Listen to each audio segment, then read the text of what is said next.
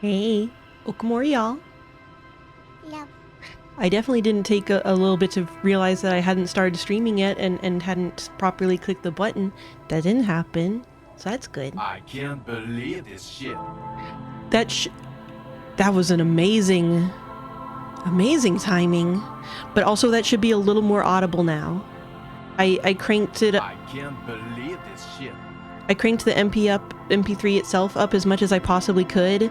I don't know why Tits is so quiet, but hopefully now it's a little more properly audible. They're very eepy. I just want to touch the tabby's little chin. Oh, he's having the little dream face. Little dream mouth go twitchy twitchy. Oh, twitchy paw. Oh, so dream. Oh, so dream. The final dream. Love. Are you dreaming a final dream, kitten?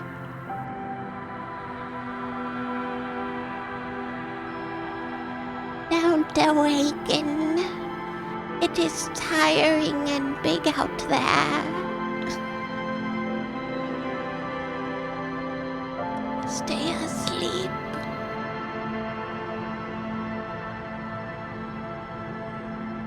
Yeah, in terms of how the timeline works and how we, like how much more time we would have had to solve things and whatnot, I'll be interested to learn about that. Because obviously the tribunal was triggered by us doing the whole Ruby thing rather than like a specific day, which was interesting. So I don't know how many more days I theoretically could have taken. Because they said they would repeat the second dream as many times as they needed, but I assume you can't just like stay here for months. That would be very funny. Hey. Though it's not much of a detective story, which is a bit of my beef. I mean, obviously I like murder mysteries and stuff in theory, and so I was a little beef at the fact that there isn't actually a murder mystery in this game you can solve. That's too bad. But what you gonna do?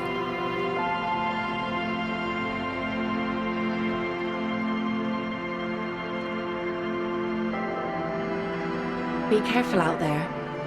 Sea's calm as death, but still. There are ruins underwater. You can scrape the paint, or worse.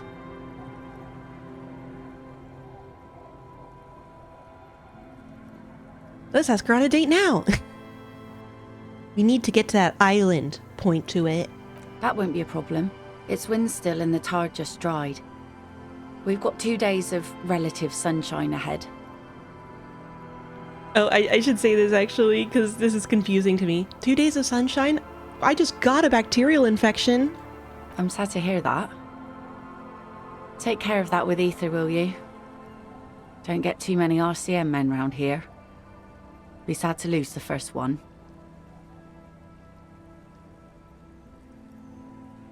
Yeah, it's just so obvious that Ruby, that like everything isn't really... I feel like Ruby and Claudia are too much of like the same kind of narrative device together, and I feel like it should have been differenter. Because like Claudia is like a red herring and the situation's all confusing after you find out about her. And then, oh, now it's Ruby and it's kind of a red herring and the situation's all confusing. And that doesn't matter either. And now it's this third guy who you also haven't met.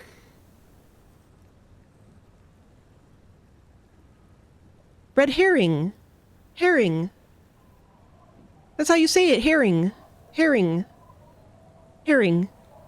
Herring. Herring.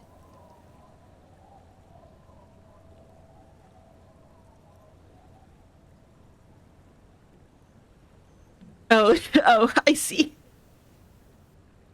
I thought this was one of those times when people suddenly try to let me know I'm pronouncing everything wrong.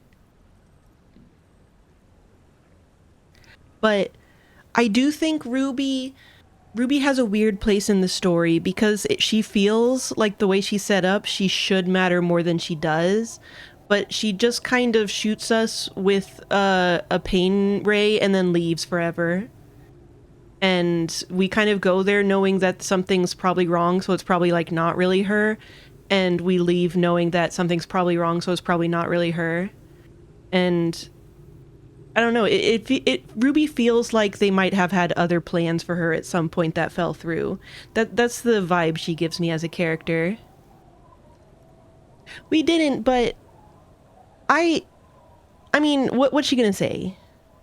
Oh, apparently she can say that Claudia actually was the one who had the hanging idea, and she's the weirdo. And I guess that this time on the 8th go around, we're supposed to believe that one.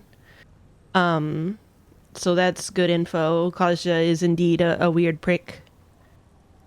But we already knew that. Yeah. But anyways. That's cool. You boasting your bacterial infection like that.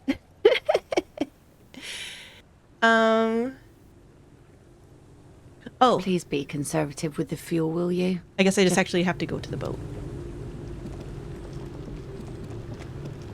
Oh yeah, the unopenable door. I was told that I would get plenty more chances to try to open it or whatever, and then it just never came up again. God, I need to never listen to y'all.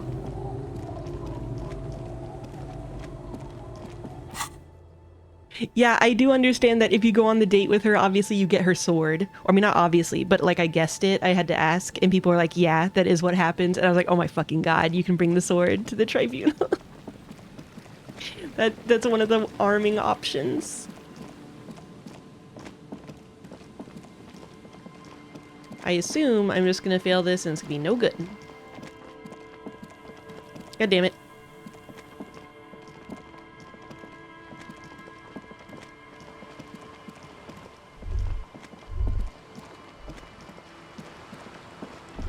I can't find it. It's impossible to find.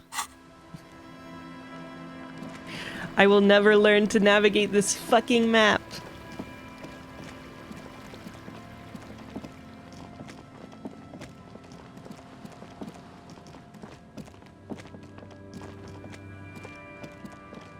Oh, you just can't go through back there for reasons.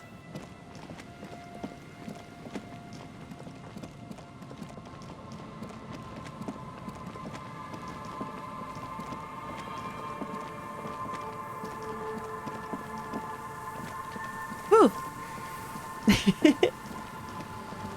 You're just trying to tire me out before the final boss.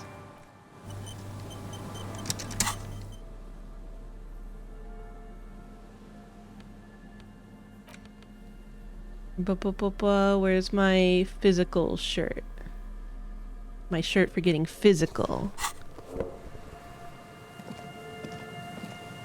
An old door worn by Oh, elements. it's interfacing. I have upped my interfacing. And I also have my gloves on still. My very important gloves. They really come through for me. Boop, boop, boop, boop, boop, boop, boop, boop, boop, boop, boop, boop, boop. Do I still not have anything else that does interfacing? Nope. Well. An old door worn by elements. You rattle the handle a bit, then push on the door with all your weight. It does not budge. Not only is it locked, it's also jammed shut. Huh, the door shut tight. How can we get in there? We don't get in there. What do you mean? We get in like everywhere. Or, come on, we even got in the light bending guy's container. But you're saying we can't get in here? Oh, I'm gonna say that one. Frankly, you're just going to have to accept the fact that you can't get in through every single door. No. We've gotten into every door thus far. That's what we do. We open doors. We're cops. Yeah. That's our perk. Even Everard knew that's a part of our MO. Yeah. But that's who I am, who we are. I'm not gonna accept this. The door could be part of the investigation. Or, okay, I can live with this. Accept it. The door could be part of the investigation. Relax. No one's hiding in there. If we can't open it, Others can't either, and thus they can't get in. He looks at the door with a rueful smile.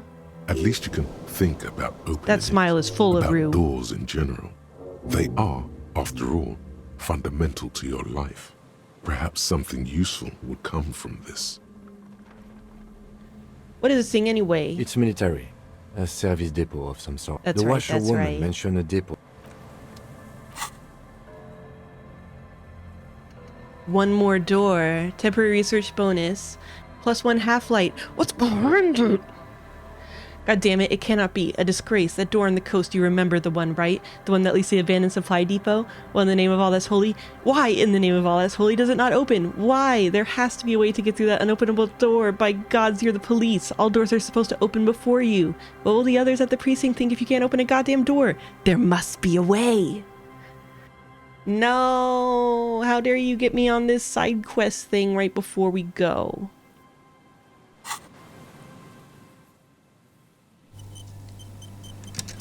I refuse, but that is very funny. I will have to explore that in another playthrough or something.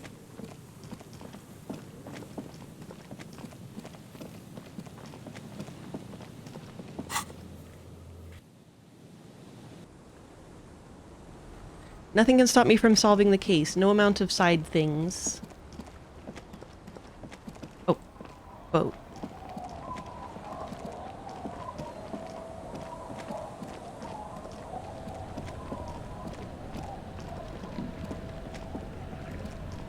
A skiff with a small steering engine in the back floats on the calm mirror of the sea. Its 2 seats are empty.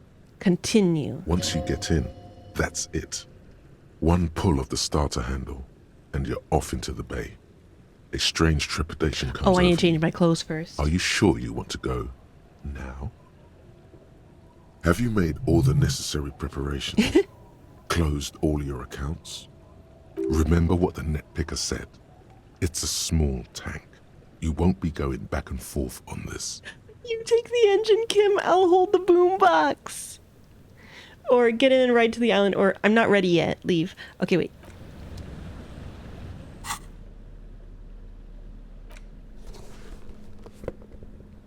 I like logic. I like the this. I guess I'll wear my police hat. This is very official police business. This is like super official police business. Alas, I don't have my other tie. I guess I'll wear my cryptid tie for the stats. Pump up the jams. I'm not gonna wear any funny glasses.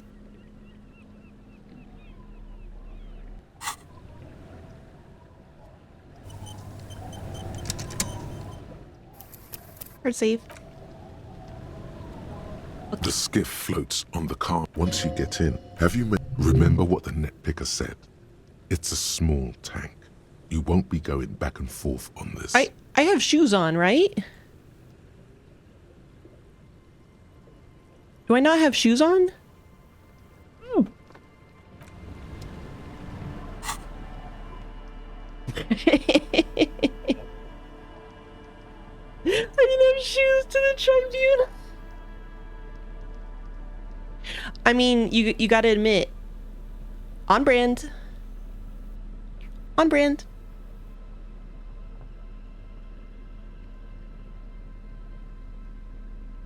Woohoo! All right.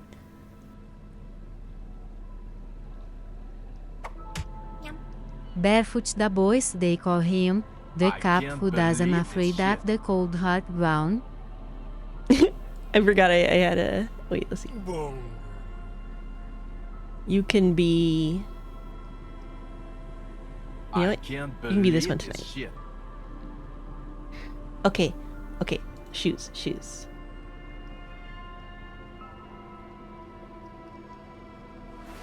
I guess, like, you could have, like, rearranged things in such a way.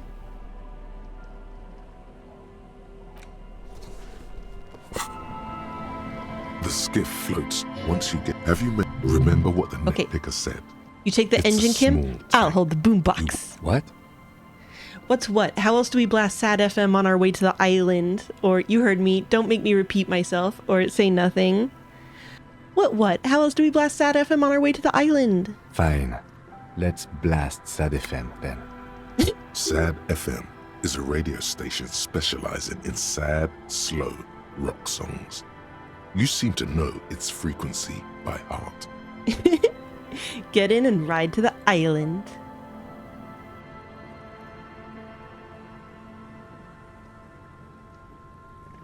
I know, he's always like, ugh, but then he's like, I mean, it's fine. Oh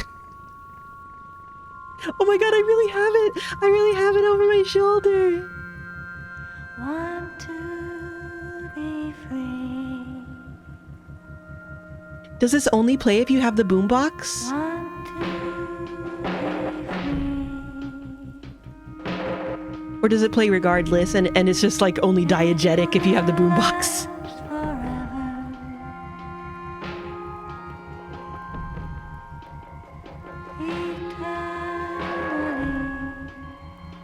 Oh. Want to be free. Want to be free.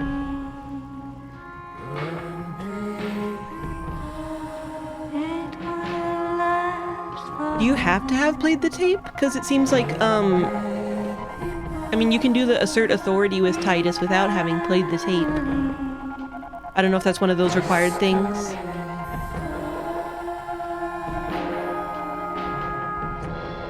We're going nowhere!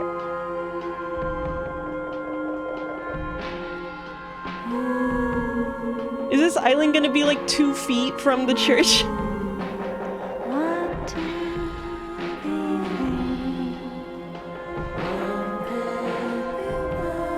Oh, I don't remember that. I forgot about that.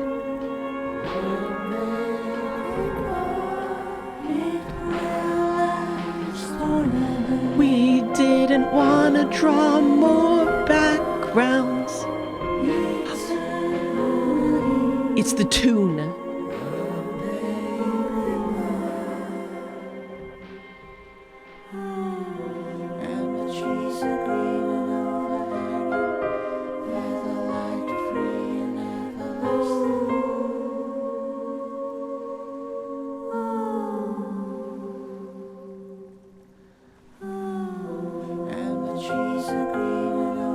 Bum, ba, bum.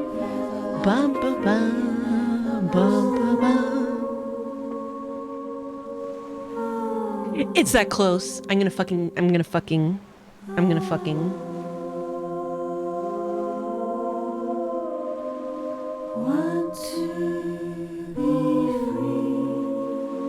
Is this a good time to read off donations?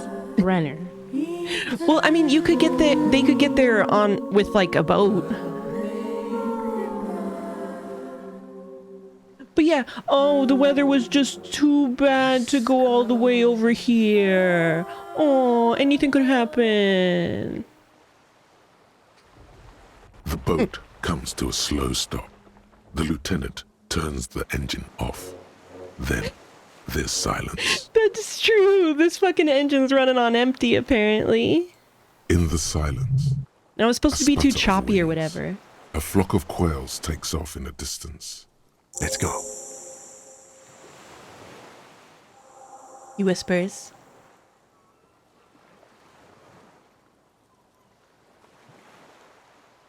Yeah, I was wondering if the fireman might be her dead husband and the kids just don't know him because it was so long ago. A makeshift bridge. The bombs were powerful enough to break the foundation. The rusted chain trails off into the ocean. I guess that's related to the unopenable door thing. The chain trails off into the ocean, connecting the island to the supply depot on the coast. Point to it. This leads to the depot on the Land's End. Ah, yes, so it seems. What do you think it was used for? For bringing munitions to the island, maybe? And supplies? You could also lock the bay when you raise the chain. I assumed it was the latter, yeah. As a defensive measure, lock it off that side of the bay.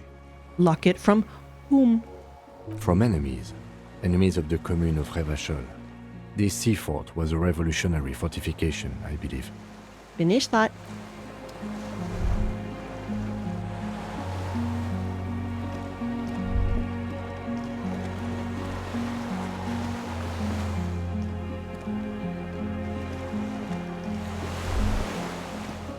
There's a lingering trace of mazout in the air. Some fuel has leaked out of the barrel, black, viscous. Attention, inflammable.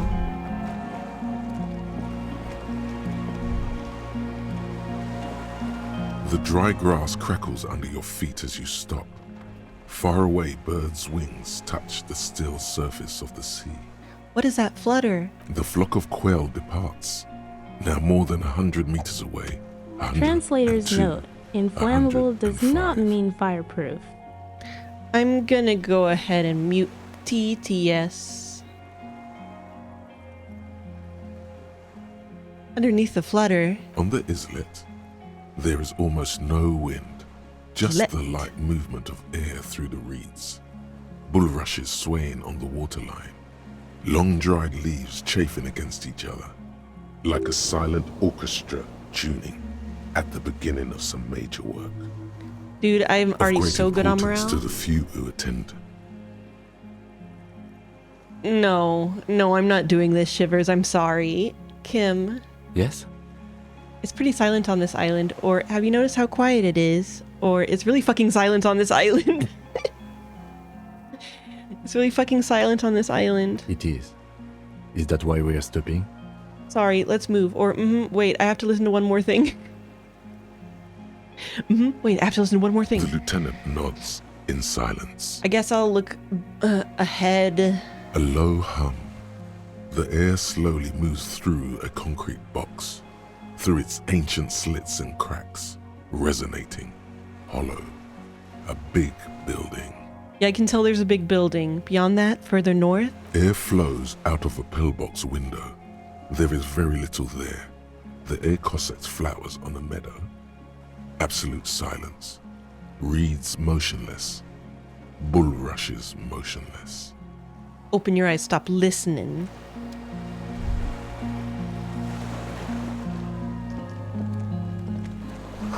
This barrel says, ICM, you see a star with little specks on it? Warm blood trickles down your armpit. The ligature is off. It's nothing. Why did I have that thought from there?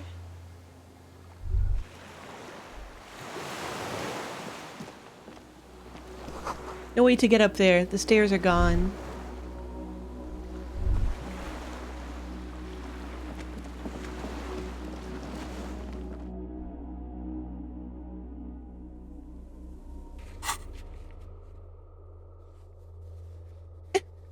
It's a task that, you know, we still had going on in theory. Offer figurines to Dolores Day.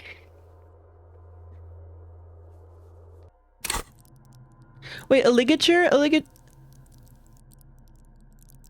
Are you talking about ligaments? Isn't a ligature like a band, like a wounds dressing? You dum-dums. Oh man. The babies. You know, like when you need to ligate a wound. Yeah.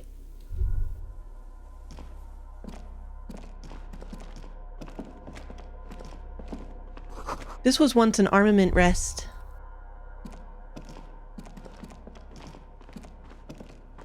An old cylindrical generator is nested above the Look, I don't want to monolith, ligate with this without makeshift you electrical all. wiring running out of its side and across the floor. The cables disappear into the wall to your right. The lieutenant puts his hand on the metal barrel, checking for warmth. It's cold now, but someone has been maintaining it. The wiring has been repaired. Taro likes to ligature. I like it. I like it. Wait, haven't you heard this before? Where do these wires lead? What kind of generator is this? Tap on the side. What does this mean, a generator here?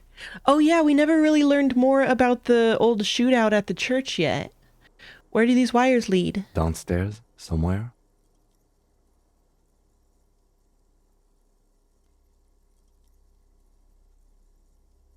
Oh yeah. That's so cool, but we only got that because of the moral intern quest. What kind of generator is this? Liquid carbon. I would imagine it takes mazout. He points to the open fuel cap on the side of the dynamo. The kind that's favored by vagrants and fuel thieves. It's been a long winter. It's been a long winter. The lieutenant pauses. Something seems to be pecking at the edge of his concentration. He gives you a sideways look before adding, Long and cold. Thumbs up. "There's no time to dwell on this moment. You've got to keep moving." Tap on the side. A hollow ring. The canister is empty. Dust falls from the generator and down into the ammo lift. What does this mean, a generator here? I don't know. I'm not a philosopher. I meant, why is it here? Someone with basic electrical skills has restored it in order to keep the room warm. Maybe it's the fire guy. The wind outside picks up suddenly with a faint howl. Inside, it's warm. Warm. Even though it's been a cold winter, long and cold. Books, mostly fantastique and historical fiction.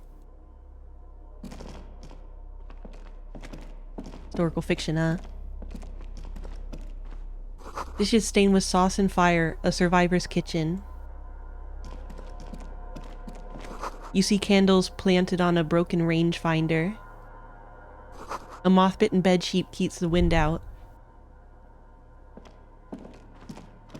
There's a greasy old spring mattress in the corner, resting on piles of soft-cover books.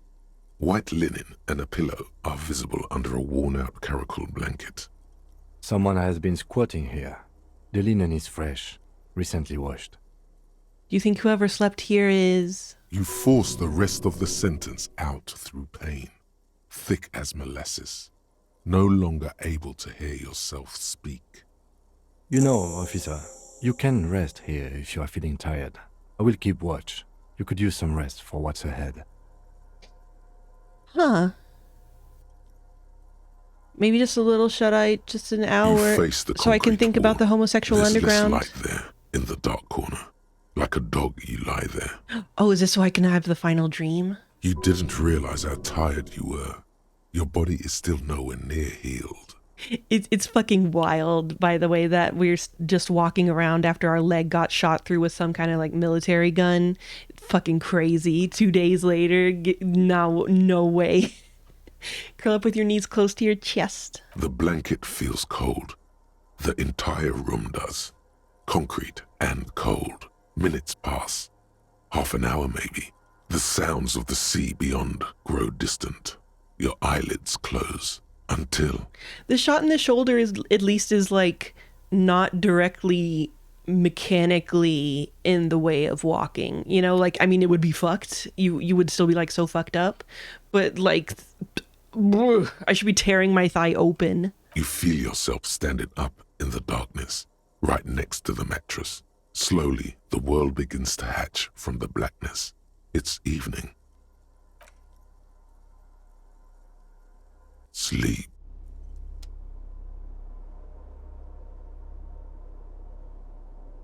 Final dream. Final dream.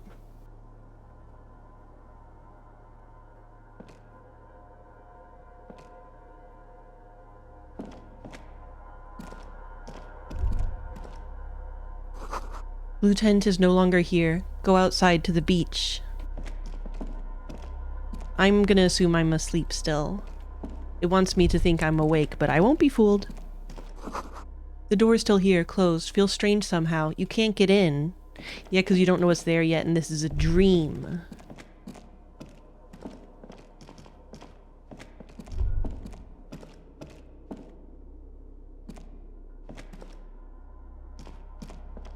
Boop, boop, boop, boop. Oh, right. I guess I could get my flashlight out.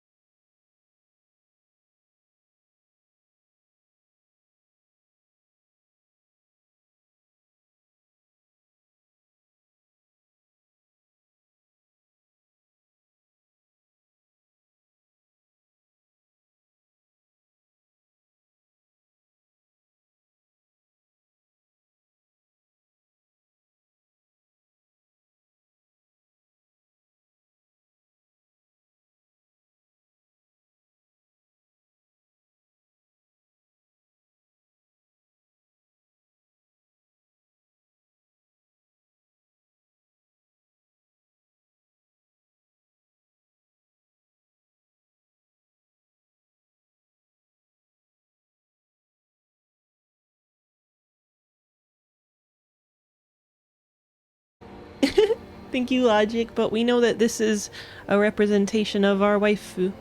Oh, I'm gonna sneeze. I'm gonna sneeze. Okay, babies.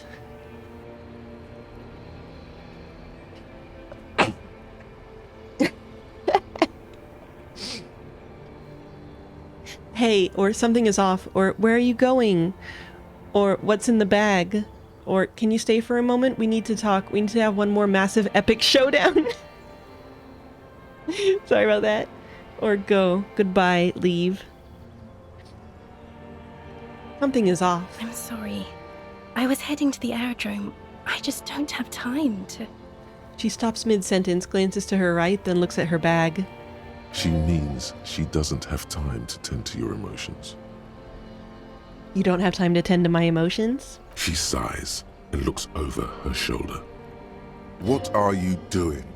Stop saying things like that. Hey. Hey.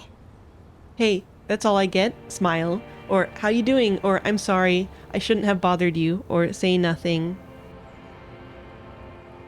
I'm sorry. Yes. Or, I mean, no. But I am in a hurry. Where are you going? I'm going to Morova. To live there, in Grad. It's 1 million kilometers away, Harry. Might as well be another lifetime. What's in the bag? Just my scepter, my globe cruciger, a spare silk gown, a toothbrush, travel documents, the crown of immortality. The crown of immortality? Aren't you already wearing one? Or, cool. Are you already wearing one? Oh, this. She corrects the wreath on her forehead. This is just a wreath. The crown of immortality is made of rarefied light, mana and raw palladium. Yeah, I've got one of those too. It was passed on to me by the rulers of late antiquity. She looks at the suitcase, not knowing what more to say. Then, over her shoulder. Anyway. Can you stay for a moment? We need to talk. No, Harry. No. I don't want a massive, epic showdown. I want to go to the aerodrome. I have tickets for the 10:20 flight to Morova. Really. We don't have anything to talk about anymore. Every combination of words has been played out. The atoms don't form us anymore. Us. Our love. Our unborn daughters. Don't bring some kids we never had into this. It's all gone. That's rude. I have to go to the aerodrome. I have to leave Revachol and you. And you have to be alone. In hell. Forever. That's just the way it is. Oh God, whatever you do, don't try to kiss her yet. Not after that. You're still reeling. You'll fall over if you try now. Suggestion high, 83%. I know you still love me. Kiss her. Nope. But it's not a very good way for things to be. Or, I get the feeling you're not really Dolores Day. Or, I've taken responsibility for my actions now. I'm a new man. Weighty and normal. And, or I bought this figurine of a headless fallen rider. Or, but you said I have a vast soul and you will always come back to it. Or, mass murder. Or, don't go. I bought you this figurine of a headless fallen rider. I don't want it. It looks expensive. I don't want it. I thought you liked figurines. I thought figurines were for getting you back. I'm not gonna say that. Okay. Please don't give me any gifts. She looks at the airport bag, then at you. I get the feeling you're not really Dolores Day. I don't know what you mean. Dolores Day? He looks at you quizzically. It does not seem like a mystery she wants to get into. You're the X something. Or you're, points to your head, the morning. Or I've heard you before, you're the voice on the phone. Or on second thought, you're Dolores Day, Queen Reign of the territories of Mundian and Celinda, and nothing else. You're the voice on the phone. Oh, Harry, you shouldn't have done that. She shakes her head very slowly, her white hair brushing her shoulders. Do what? Call me like that. Fair enough. You ruined it. There was still a chance. You should have waited longer. Shut up, Suggestion. She would have called you instead. You would have called me yourself if I let you. I was too impatient. Or it wasn't me, it was my hand. Raise your right hand. My fingers called you. Or let's talk about something else. Let's talk about something else. There is nothing else. You're the X something. Wasn't I Dolores Day just a second ago? Now I'm the X thing? You're confusing me. Look, I have to be at the Lausanne Aerodrome Stop at confusing 10:20 yourself. Stop PM. confusing yourself. I still have a light rail to catch. A light rail. I haven't even bought the tickets yet. I just like when these voice actors just intonate things weird. We all told you. Everyone warned you. Who, everyone? Or shut up, I'm talking to her. Who, everyone? Everyone. Fair enough. Literally all of you. I should have stayed down, or I should have gone even deeper to the place where I never met you, because it's impossible to meet people in the abyss of the void. Or I'm glad we are having this conversation. I'm getting so much closer.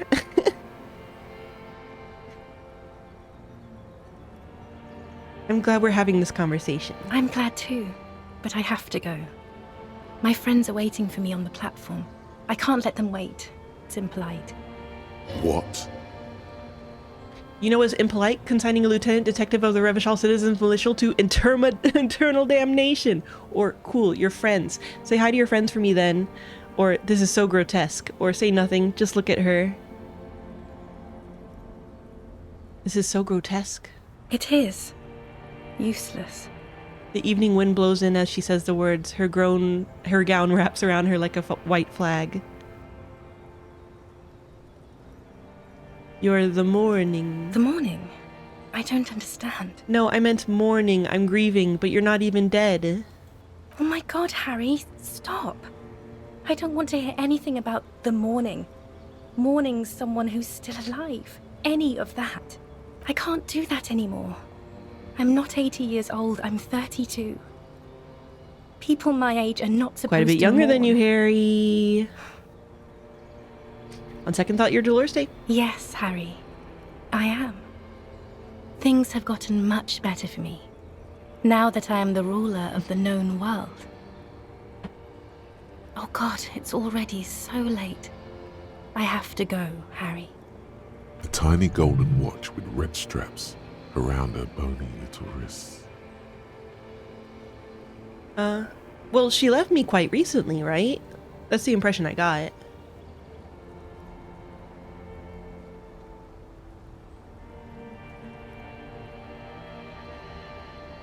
I've taken responsibility for my actions now. I'm a new man, weighty and normal. She doesn't know what to say. I'm so fucking normal right now? Yes, okay. I'm glad. I mean, I'm a moralist. The other moralists also took me away, almost took me away on their airship. I'm not a broken, insane man who can't live without you. I know I made mistakes, and I've taken full responsibility for all of them, so you can live with me again if you want to. I'm better now. Or you're right, I'm not normal. I'm shit.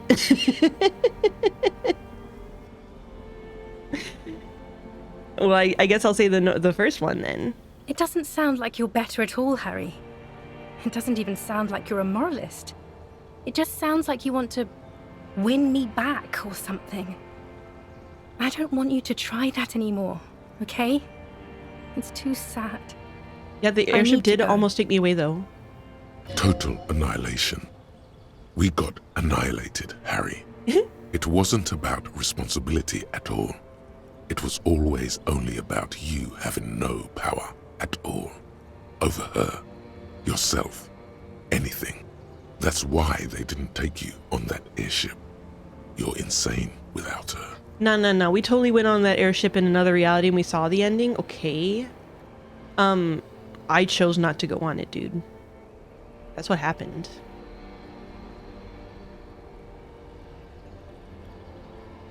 I don't want to say don't go. I mean, I guess Harry can't let go. It's not a very good way for things to be. It's not, but... She looks at her feet. Little golden sandals cover her toes. But what? Tell me there's something good. I don't know why I said but. There is no but. That's it? Or I have some other questions for you. That's it?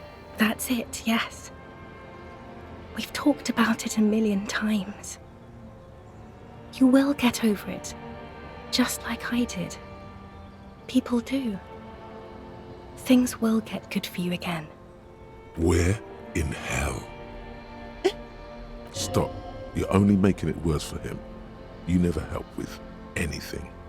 Good for me where? In fucking hell? Or I'm not getting over it at all? Or you're right, I don't even remember who you are anymore. Ha ha. Or maybe, I think I've reached the end of the investigation. Maybe, I think I've reached the end of the investigation. See? It just takes some time. For you, I think it'll take something like 20 years, maybe. It was hard for me, too. I used to think I couldn't live without you. Harry. You know what? But I will take that from his subconscious over, it being completely impossible in the end of the world. 20 years is length of time that is extant. She looks at you straight in the eye. Her irises are light blue, flecked with green. But I can. 20 years? That's so much time. Or so you felt that way once, that you cannot live without me? Or it doesn't have to be like this. Maybe we could try again? Proceed. Or okay then, super okay. I still have other things I need to know. Withdraw. 20 years, that's so much time. Yes. It only took me 1 year, maybe 2. Phew. Bitch. Fictional bitch. So you felt that way once, that you cannot live without me? Yes. But that time is gone now. So very gone. Okay then. What other things? We've been through all the things, Harry. Let's see how this goes. Mass murder! That is very contested by modern historians. Very contested. Plus, you're only saying this because things didn't work out between us. I have to go to the aerodrome now. I don't have time to defend myself from these accusations. Stop making her angry. She won't start loving you again if you call her a mass murderer. Seriously. Would you say you haven't behaved like a mass murderer with me? Or you're right, I'm sorry, you're soft and good, not a mass murderer. You're right, I'm sorry, you're soft and good, not a mass murderer. I'm not that either. Can't I just be? No, that wasn't one of the options I was given. Don't go. I have to, Harry. I'm not gonna try to kiss her. I've already missed the 8:30. Fingers wrap around the bag handle. I was wrong. You don't have power over her anymore. You shouldn't have said that. I am wrong about everything. You should go on without me. But in the text, he says, "You have sworn a holy oath, Harry. She herself begged you to not let her go." Wait, can't we sit down and have a coffee first? There's a cafeteria on the corner, point east. Or, hold on, what is there to do in Morova? Or, but I swore I wouldn't let you go. You told me, you asked me to be this way. Or, okay, I understand, not silently like a martyr. Or, no, actually, wait, I need to see my list again. I'm sorry. Where's my list? Wait. Is this like some dialogue that I didn't get, but could have gotten, I guess? About me swearing that I wouldn't let her go? But I will say it. That was someone else. I betrayed her, overwrote her, and I'm happier for it. And I'm really going now. The time is up. I must be on the 10:20 flight. She turns. Will we ever see each other again? I won't see you, but you will see me. How can that be? Oh, Harry. This is a dream. What? Can't you see? I'm already in Morova by now. Who knows how long ago this happened? A year? Oh? 2? 5 years ago? How will I see you again then? Right here, tomorrow night. Once this dream starts happening, it keeps happening. 3 times a week, at least. And Harry, Oof. it really, really looks like it started happening again. There's the video rental. I'm suffocatingly beautiful. And young. And I smell of tutti frutti chewing gum. Tutti frutti! Like I did that time when I asked you for forgiveness. Product placement. After leaving you the first time. So long ago. The first time. But this is intolerably bad, or I like this. I like this. Oh yes, this is real darkness. It's not death or war or child molestation. Real darkness has love for a face. The first death is in the heart, Harry. Continue. See you tomorrow. Oof.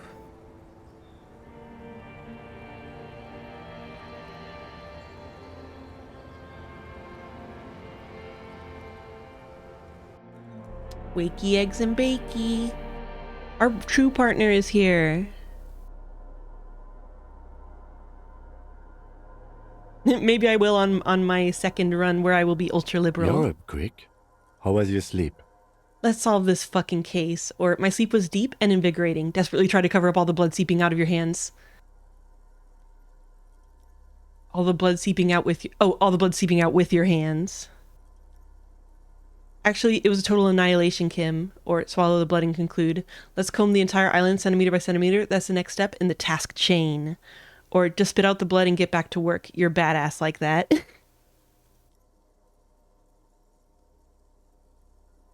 We don't have like a very specific answer to exactly why she and Harry broke up. Presumably he just wasn't a very good, boyfriend. He was like crazy dedicated to his job, this we know. And, he probably wasn't very emotionally available and all that shit. Let's solve the fucking case. Are you sure you're okay? You thrashed around and you bolted up, halfway covered in blood from your wounds. Just spit out the blood and get back to work. You're badass like that. Okay. He's still worried. You must have really thrashed and squealed in your sleep. All right.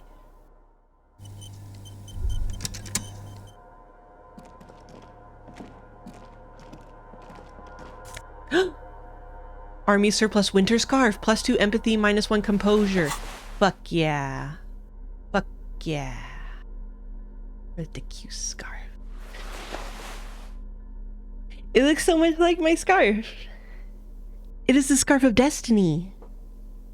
+2 empathy, plight of the underclass, -1 composure, sucks to be poor. This towy old scarf itches when wrapped around the neck. It has humanitarian aid written all over it, yet you know that thousands all over the Isla are suffering the same fate as you, the fate of uncomfortable army surplus scarves.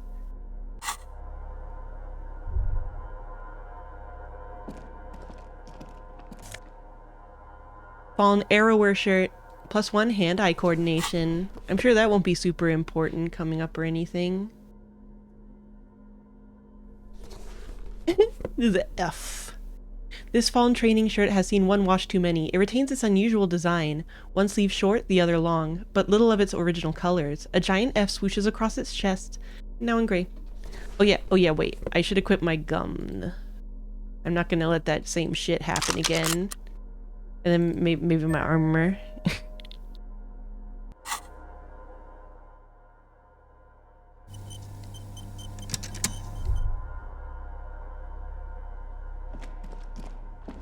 Books and magazines lie scattered on the floor and on a makeshift cupboard. They are not particularly well organized. Well, obviously the red scarf is my canonical scarf design. This is just the horrific scarf. I mean beautiful scarf. Get through them. Most are soft covers, serialized fantastique I do and have skill detective points stories from the 20s and 30s. This disparate digest includes the classic Animal Adventures, popular depictions of man versus nature by amateur naturalists T&T Harpin, husband and wife. You had one of those? Widely read by people from all walks of life. Who doesn't like nature? Who doesn't want to Oh, that's right, survive the big one, that's right. among what is mostly commercial fiction and serialized stories? You find a magazine cathodique for electrical engineering. Then it's back to pulp. Light erotica, an international thriller about circuit benders. Someone's made themselves a home.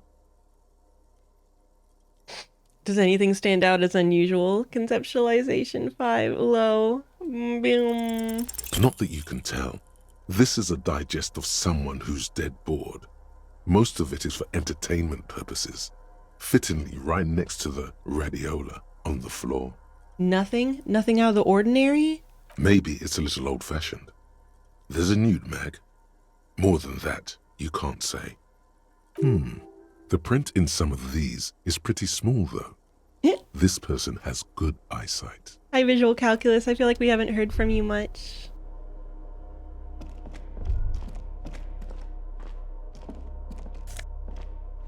Magnesium. Magnesium.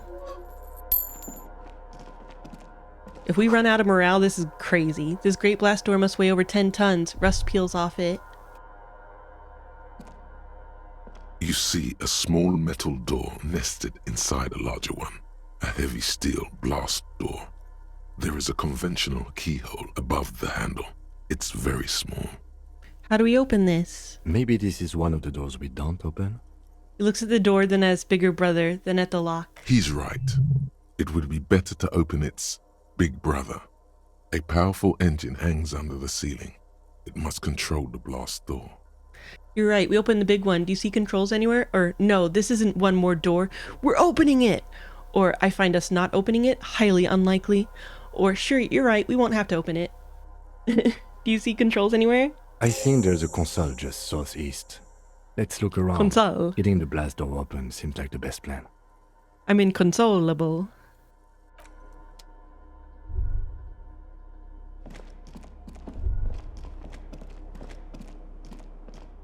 Wait, whoop. Careful, these stairs have collapsed. Twin cannons were attached here. Medium distance, large caliber. I know. I'm still a dowdy doubter. Green paint flecks off the monoblock aluminium cabinet. There are rows of switches on the front panel, a frequency band, and even a keyboard. Run your fingers across the keyboard. The keys rattle like teeth. This keyboard hasn't been functional in decades. What is this then? The console of an anti-computation device. The generator upstairs, with wires coming out, determine it here. Could this open the blast door? Possibly. Urgence, ouvert, allumé, radio diffusé. It sounds like this device was used to control the electronics here. Maybe it still does. This device was used to control the electronics in the room. It could open doors, control lights. What he function said. as a radio computer. Turn emergency open. Push light interior. Slide radio dial. Push light interior. Nothing happens. Turn emergency We open. need to restore power before using this, officer.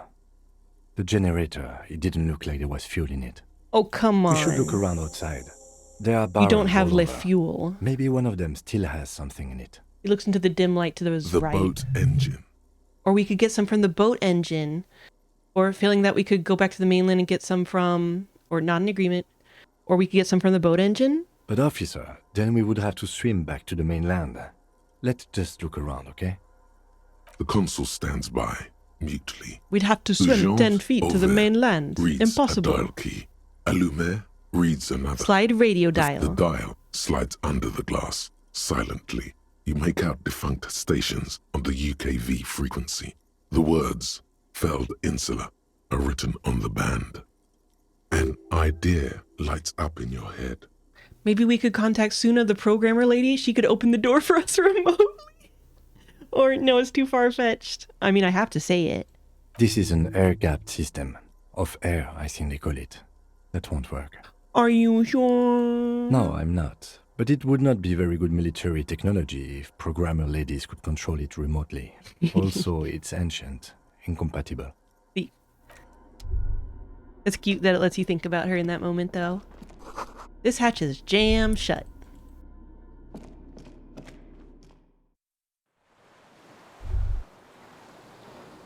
A firing slit. You can't see inside. It must have been a direct hit to take out such a huge chunk. This makes me think of like a mag railgun. The distant sounds of cargo ships, signal horns echo on the water.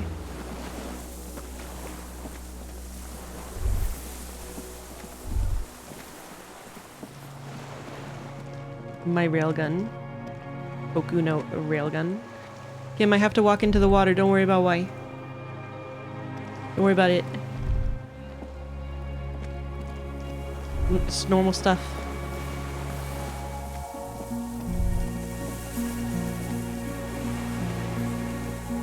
Oh, that's what it was. A certain scientific railgun. A strange feeling looking at the water. Maybe you should just wander off into the sea.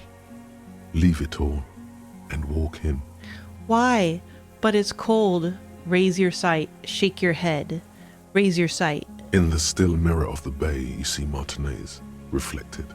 Tall edifices of ruins reach into the water, like shimmering towers. And the shacks too. Pine trees and motor lorries, upside down. Islets and posts, like stepping stones, lead into the water in front of you. Go. Step in. It's been too long. Shake your head. Fuck you, Inland Empire. You're such a fucking downer. The winch is broken. Rust has eaten what remains of the chain.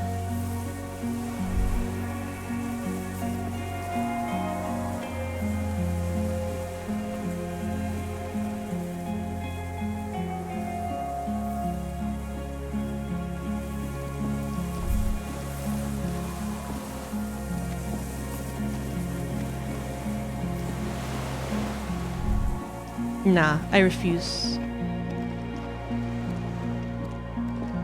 The inside of the fortress, you make out the console and the blast door. The console. The pain in your pelvis makes you wince, then you continue.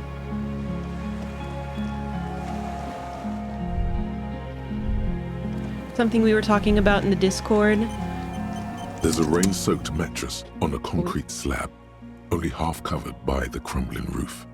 At the head of it, double embrasures, firing slits like two eyes in the wall. Oh yeah, he has very good eyesight for shooting his sniper rifle. B triple prime. That's the connection. This looks like a good place to shoot from. Hell yeah. Inspect the mattress. A single-person mattress, modern, civilian use. Brand name, Marjorie. There's a fuel stain on the cover, along with cigarette burns. And an empty can of beans on the ground next to it, filled to the brim with cigarette butts. Pick one out of the can. The silhouette of a tobacco picker adorns the paper filter.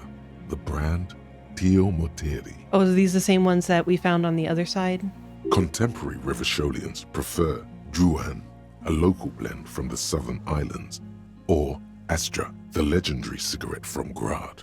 Tio Moteri is favored by older men for its paper filter tips, sweet smell, and added tar. Like the ones we found at Land's End, remember? I may have been wrong when I said it wasn't important. This means the same person could have visited both locations. I didn't see any signs of smoking inside, though. If people live there, they keep it tidy. This here may also be a smoking spot. Inspect the wall. There's a firing slit in the wall in front of you, like a little window. Touch the concrete first. Quite old and grimy from years without cleaning by anything other than the rain. Look through the hole in the concrete. The springs screech as you lean on the mattress and crane your neck to look out. Trepidation, a tingling feeling in your stomach. A small piece of Martinez coastline opens up in the square in front of you, like a tiny landscape painting. 1 kilometer across the water. The ruins look familiar. On the left? A towering skyscraper, its top floors shaved off by artillery fire. Capeside apartments. Rue de Saint-Ghislain, 33A and 33B. On the right? The red chimney and collapsed back of the 4-story tenement in front of the Whirling in Rags. Rue de Saint-Ghislain, 10. The doomed commercial area. And between the two? The box-shaped silhouette of the Whirling in Rags. What? Its sloped roof, a tiny fleck of light catches your eye on the rooftop. Sunlight reflecting off the upstairs window of Clausia's room. Motherfucker. What does that mean? Do you have line of sight to the window? More than that. I like that we can see the little blinking dots still. Kim, with a pair of binoculars, I would be able to see inside the room. Or yes, there's an opening between 33A and 10. I can see the roof. I'm going to say the first thing. A pair of binoculars or a scope of a rifle? You'd be prone, lying on a mattress, barrel resting on the embrasure. Cheek against a cheek rest, hand on the hair trigger, on a calm day like this. Kim, I could make it. I could make the shot. Or I don't want to boast. Kim, I could make it. I could make the shot. Good. I think we have it, detective. The origin of the shot. This is the sniper's nest. Hella. Affirmative. Finally, better late than never. Why didn't we come here before? I know why we didn't come here before. Video game. Why didn't we come here before? Why? We don't go everywhere in the 1,000-meter radius of the crime scene. That's not procedure. You're right, or 6 people are dead. We could have prevented it. I'm gonna say the second one. Don't beat yourself up, officer. We did not put guns in I'm their not beating hands myself or up. Get them drunk. I'm beating the video game up. The lieutenant pauses. Regret comes over him. We will make up for it. Here. I feel it. Could the shooter still be here? Where? He looks behind his back. In Martinez, on this island. Right here, points at the mattress. On this island. He does not answer, just nods. With his back hunched, he looks around once more and says, We should move now. Turn away. An old medicine cabinet newly stocked with dramine. A weathered artillery map showing the coordinates in the Bay of Revachol. The depot has supplied this chain is long gone from the coast. Fuel. Money. Dramine. Ain't gonna need that shit.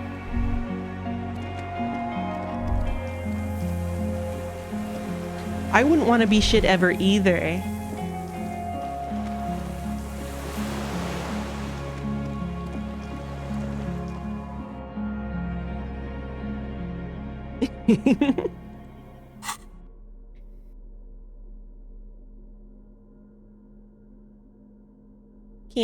There's still some fuel in this battered canister, a liter or two. The metal looks decades old. The logo of the automotive manufacturer Lump has faded on the side.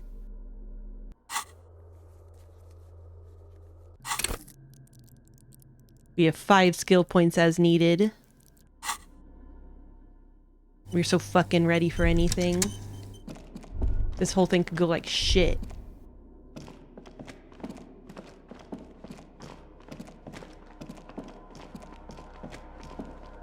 Yeah, dang. Price of oil these days. This old cylindrical Pour fuel into generator, the tank. lieutenant assists you, holding the canister up to the fuel tank as you tilt. Dark brown, viscous fluid pours out, and the room fills with a chemical smell. He didn't say it, the lieutenant assists you. He said the lieutenant assists you. Like there was a question of who the lieutenant would be assisting. There's a red starter switch on the side of the cylinder and a start rope on the other side. The lieutenant flicks the switch. The recoil start wakes the old generator up. The machine sputters like an old warhorse before settling down to a rattle. That should do it. Leave. Bum bum bum bum bum bum bum bum bum bum bum bum bum bum bum bum bum bum. Let's see what's this baby doing.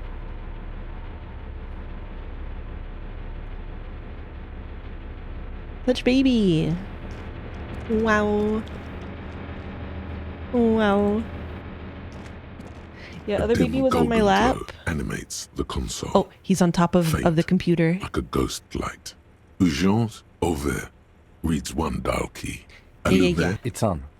Turn emergency open. Yeah, no shit. Automatic boot. Turn emergency open. The blast door opens with a series of clicks. A shaft of light appears, then widens as the light shines in. Bum, bum, bum, bum, bum. Bum, bum, bum, bum, bum, bum, bum, bum, bum, bum, bum, bum, bum, bum.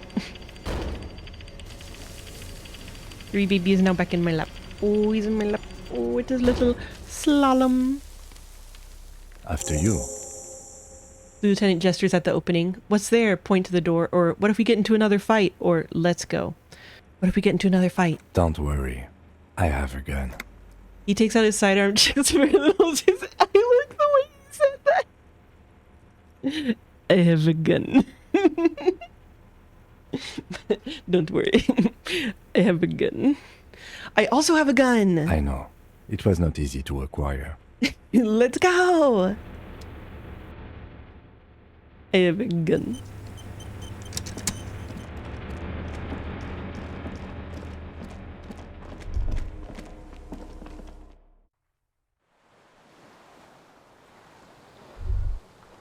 I also have a gun, though. I have one too. It's not that exciting. A rubber dinghy. It's deflated, broken. My gun's still equipped, right? Yeah. Oh, here's this rando. An old man wearing tracksuit trousers leans on the frame stock of his rifle. He gathers a big ball of spit in his mouth, then spits it out into the extinguished fire before him. He raises his black eyes, hooded by creased eyelids, to meet yours. Unclouded by cataracts, his eyesight is sharp. He's practically tearing up from spite. Hatred got the best of him a long time ago.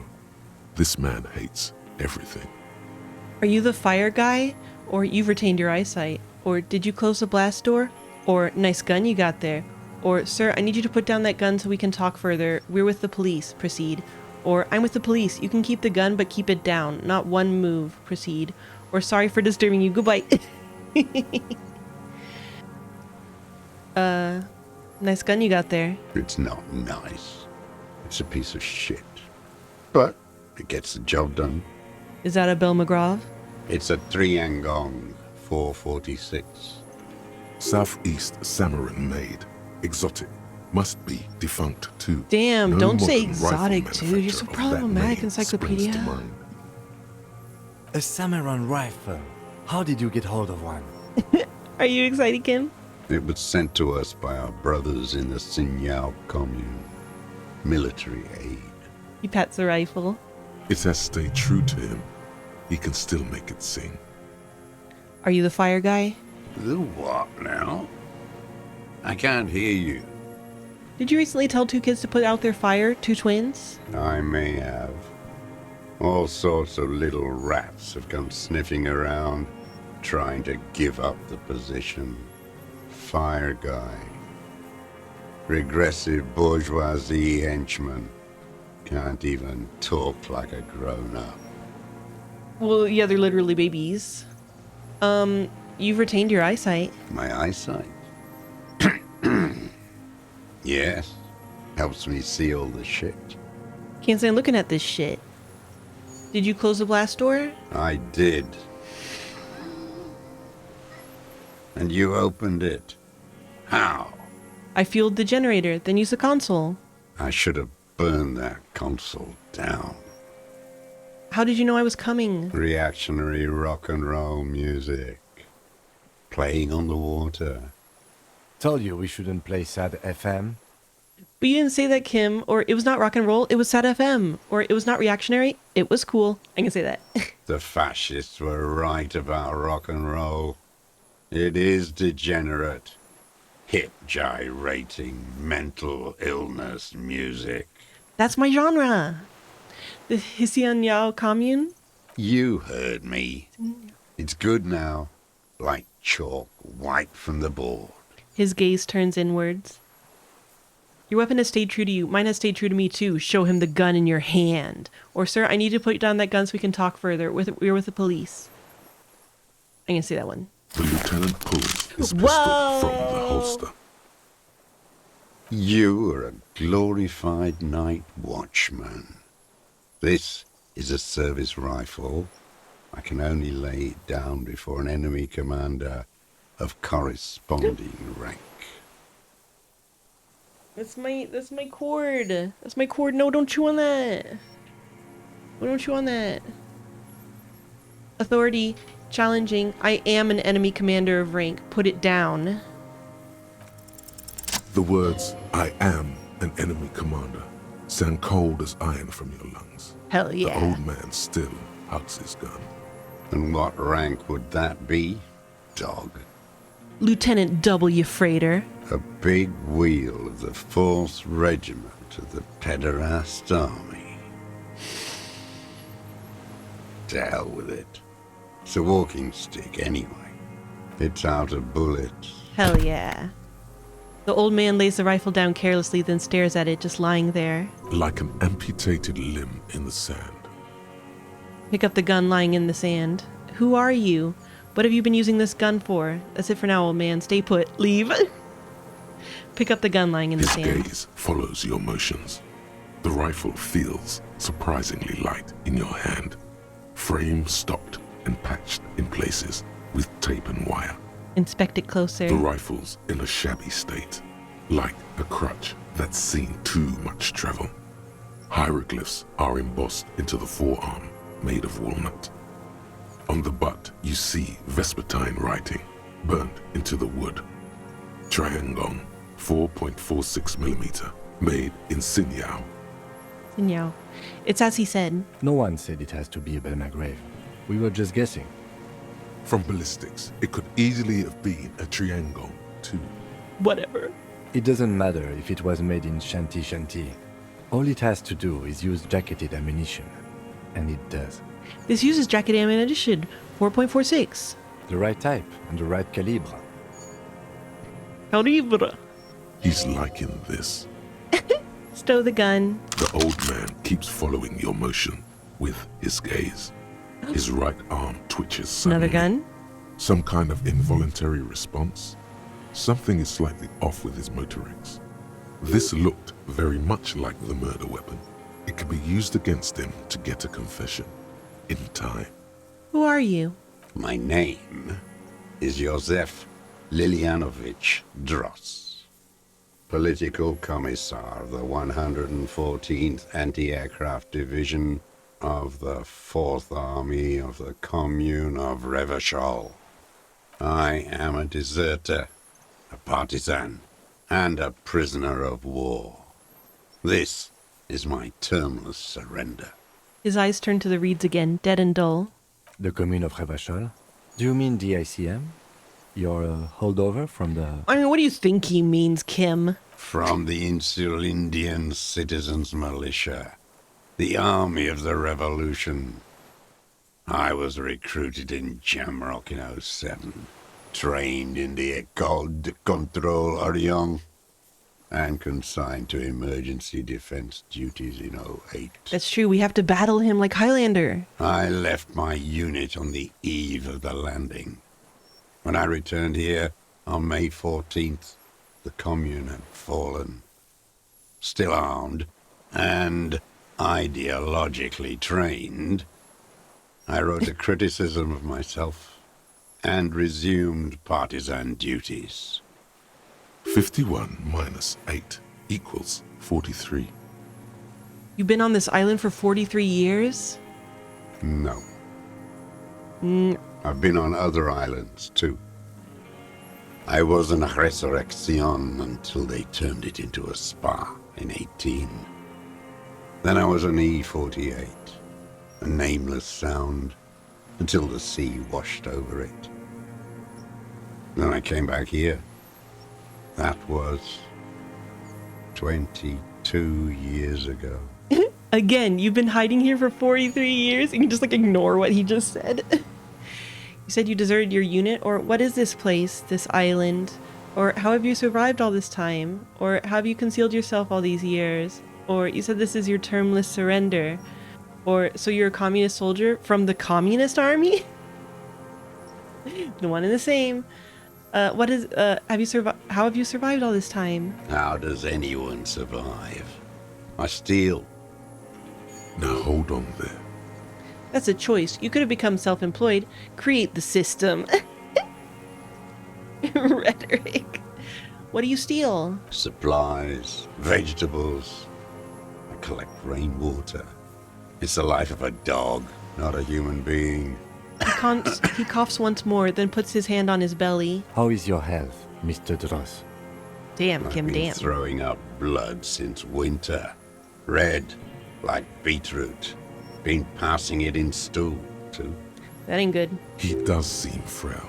Gaunt for his age. More like 75 than 65. Trouble putting on weight could mean cancer. I was definitely thinking like intestinal cancer or something. The RCM can provide medical services. You need to be looked over. I need to die. You don't have medical facilities. You have guns. That's all they give you. Toy guns. We have Dramamine and other opioid-based painkillers. You must be in pain. Or, this is a serious situation. You need to be looked over and we can do it. Or, how have you coped mentally? Or, thank you for clearing that up. We have Dramamine and other opioid-based painkillers. I have been running out of that stuff. A light goes on in his eyes. He smacks his dry lips. There's no way he could manage the pain without them. It's safe to say he is addicted to painkillers by now. Uh-oh. Uh-oh. Oh. Action. You like that, Dramamine, don't you? Or, this is a serious... Okay, I'm gonna say this is a serious situation. You need to be looked over. There's nothing to look over. The triage is in, and it's black. Administer morphine. Moribund. How have you coped mentally? I mean, I apparently not haven't. great. I have holes in my brain. Years missing. Others filled with pain only. A decade of... His eyes roll into his skull and back. I don't even know what. Inferno? Not appreciatively. I also live in hell. Or, I also have holes in my brain. Point to your head. Or, you notice the lieutenant is about to say something. I notice the lieutenant is about to say something. I would imagine it gets tremendously difficult, mentally, to live in isolation. Traitors. It's better alone. I watch the people of this city turn the lights back on more and more each year. I mean, Ruins. You abandon your... Glimmering in the dark. Your duties or whatever. Like a fucking merry-go-round. It's disgusting. He looks down at his shoes, his face parched from the sun and the wind. There's a wince of pain in there somewhere. Are they not heartbroken? How could they have moved on? You said you deserted your unit? I was just 16 years old. 15 when I volunteered. I had a lapse of faith. He clears his throat. And of courage, too. Understood. Well done. I won't explain it to a minion of capital. Well, wait, we're going back I there was then. just 16 Lapse years of faith? old. You could say I misunderstood the historic role of the proletariat and thought Mazovian socioeconomics were fallible. For a second, I doubted the irreducible laws of historic materialism. A second is all it took For what? for reaction to take hold. What's reaction? Or it wasn't reaction, you were just afraid. Or, and when was this exactly? What's reaction? Petty bourgeois terror. It's in all men. Wait, they said petit bourgeois, not petite bourgeois. Interesting. It wasn't reaction, you were just afraid. It's the same thing. You haven't seen it. Not really. Not naked. It's impossible not to be afraid. It remains unclear what it is. He makes leaps he doesn't expect you to follow. And this was... when? The lieutenant instinctively looks to his notebook but does not take it out. May the 13th, 08. 44 years ago. The horizon was black with coalition airships. Their petroleum rose to the sky and it looked like it formed the clouds. Storm clouds. When they started shelling, it was dark magic. Dark magic? The combined might of international capital. All at once. All the greed and terror in the world tore into Revachol. It lifted streets from the ground and turned houses into ghosts. We were in the flak tower. He gestures towards it. Huddled on the floor. The artillery was 80 kilometers away in Ozon. But I knew the commune would fall. We would all be turned into ash. So I said I was going to the map room. He looks east. A terrible shame, still within him. The lobes of his ears are red with it. The shame and smallness of what he became. You didn't go to the map room. No. I climbed the chain link across the water and hid inland, in the bunkers there, like the weakest of the weak. A mouse. The unopenable door. Frightened at the ordnance all night, and the sound of the rotors in the morning, whirring. He looks at the sky. Airships. Multi-rotored airships used in the landing. Airships? Aerostatics. The landing had started. I climbed out. Into hell. There were ships all above, hissing, whirling, and men pouring out. The chain was submerged, so I had to swim back. The fortress was half submerged too, shattered. They'd all drowned in the lower levels, or got torn to shreds above. The anti-aircraft gun had malfunctioned. So had I. I left them without ideological direction. Truly secret glaive. It was real. I'd seen it. I'd seen it in reality. Seen what? The mask of humanity fall from capital. It has to take it off to kill everyone, everything you love. All the hope and tenderness in the world. It has to take it off just for 1 second to do the deed. Something that is interesting to me that I don't think we've talked about on stream is that the commune of Revachol seems to have only existed for like 8 years. And like it seems like it was basically just an ongoing revolution the entire time. Like it doesn't really feel like there was a commune of Revachol so much as like an attempt to start one up that fell through. And then you see it, as it strangles and beats your friends to death. The sweetest, most courageous people in the world. You see the fear and power in its eyes. Then you know. What? That the bourgeois are not human.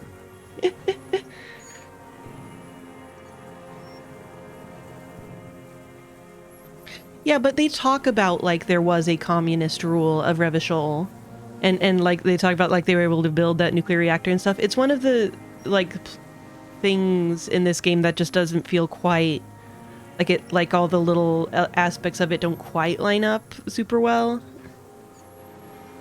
You've lost your mind, or I've always suspected the same, or that's definitely enough now, or say nothing. Let him finish.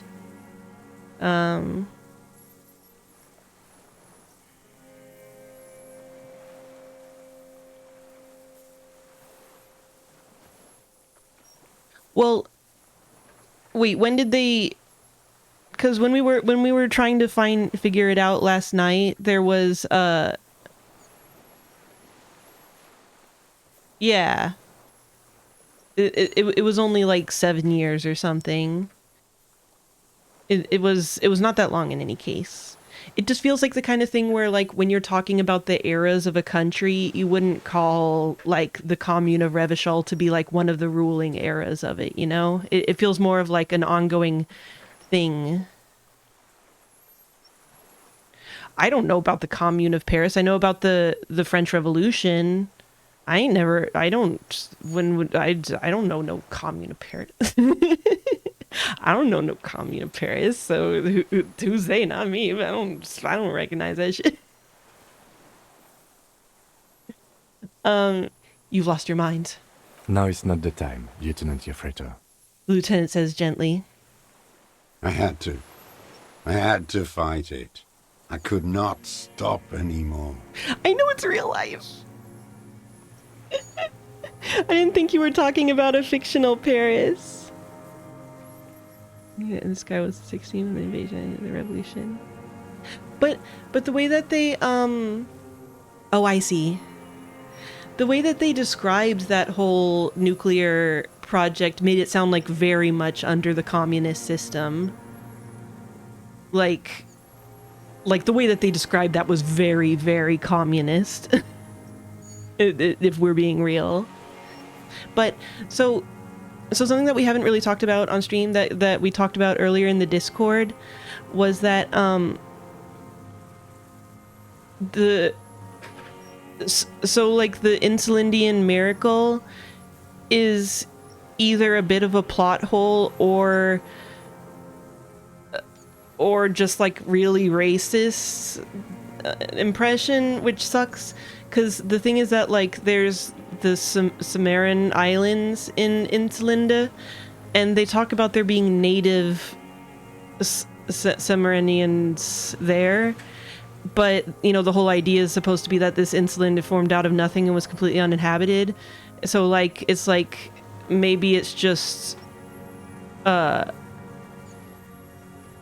maybe it's just you know, racist, but then it's like, but then that's a really weird emotional moment to just be like a racist wrong idea, because like you even have that like super hopeful thought, and it's like, so that's just like completely invalid because it's just like a mistaken thing.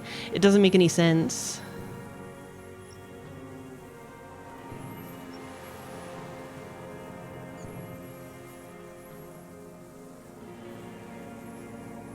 I mean, wasn't that mentioned explicitly that there was one in uninhabited Caillou?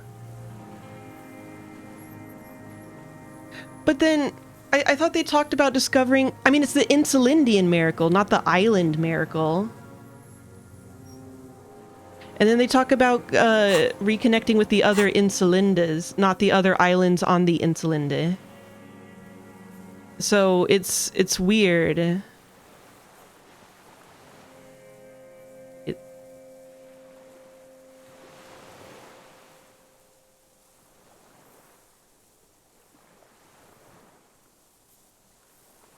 Uh-oh, we're getting the det interpretation. Det weighing in. Poom, poom, poom.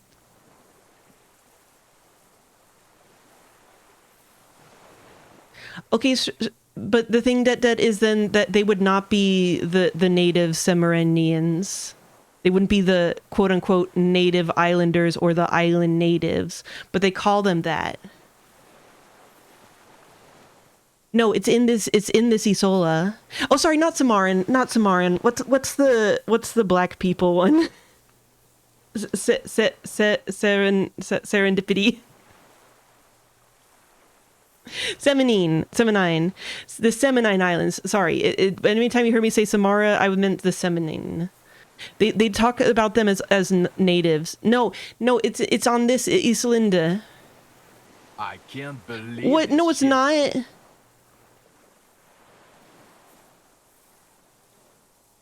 Yeah. It's on this Insulinda, but it shouldn't be. That's the thing. Det is one of the crew. He's one of the crew. But yeah, it's inconsistent in my opinion, because the whole like Insulindian miracle thing feels like it's supposed to be real. Well, Insulinda is the name of our Isola, isn't it? Isn't it?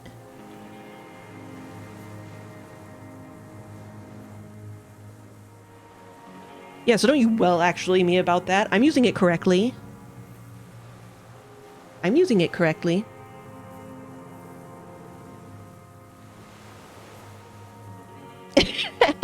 Chunk. Oh yeah, sorry.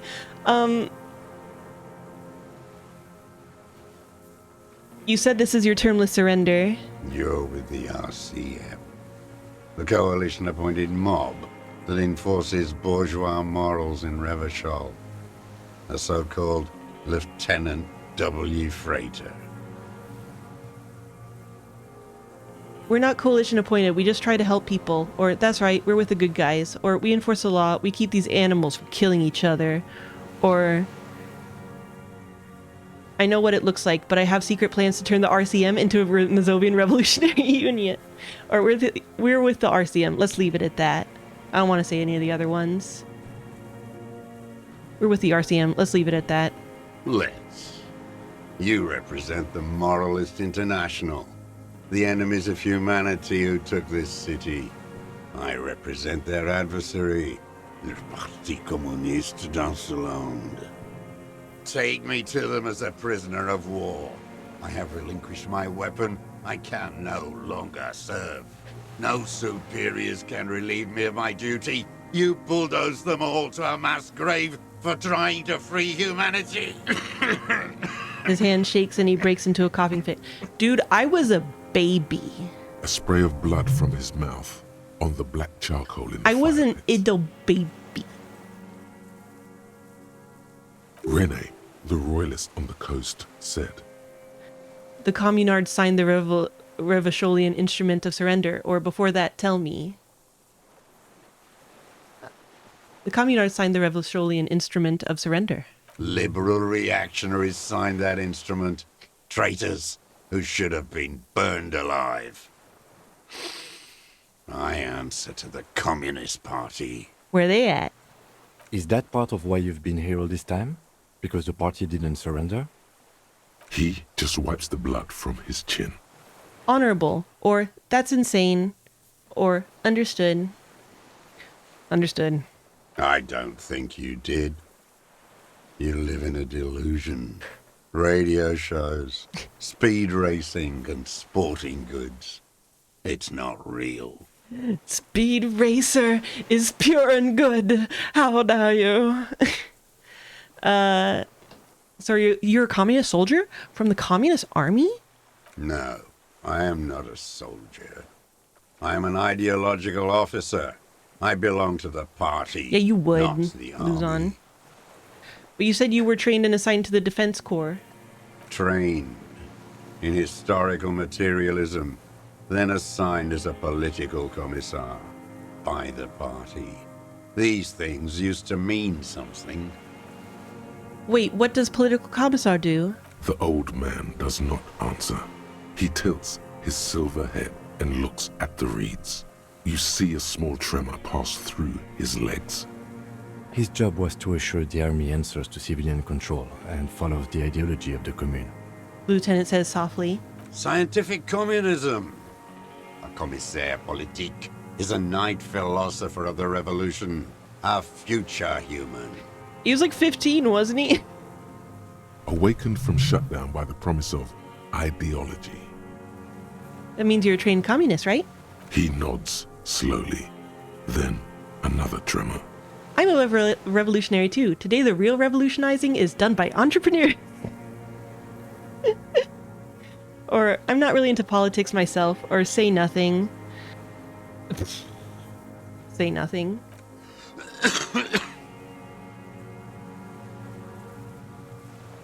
What is this place, this island? It's not an island, Dwight.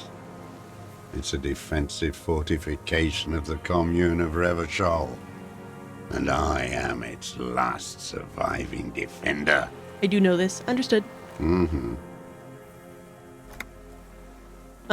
Have you concealed yourself all these years? It was hard in the tens. I didn't have partisan training. They were searching for stragglers, those bloodhounds.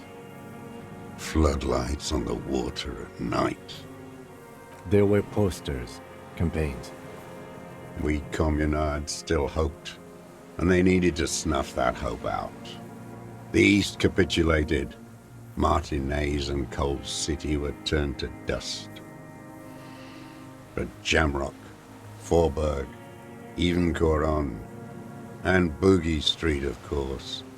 Those fucking kips had Marsov coursing through their veins. Is he not black? And others too. Some cordons of Revachol was Or is that still another way in which fighting. this is just a replacement There were N-word? cells. I tried to contact them. Oh. I Soon honestly they thought he all went was. silent. The frequency's dead. How did you go between here and the mainland? At night, I used a dinghy. I only went after dark then. When I got to the city, I stayed underground. Patrols, you lot, the commons too. They'd started snitching. Yeah, that's what I was asking. I was asking if he's supposed to be black. Because he looks like it to me. From bunker to bunker. Not anymore. No one cares now. I don't even have to hide. Yeah, but I mean, let's be real. The K word is clearly just this game's replacement N word. I could walk straight into that town if I wanted. So like that doesn't mean that they couldn't call each other that.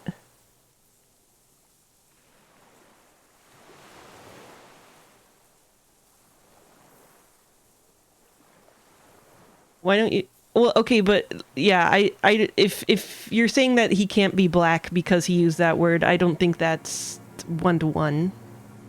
Why don't you just walk there? Wait a second. Not anymore, no one cares now. I don't even have to hide. I could walk straight into that town if I wanted.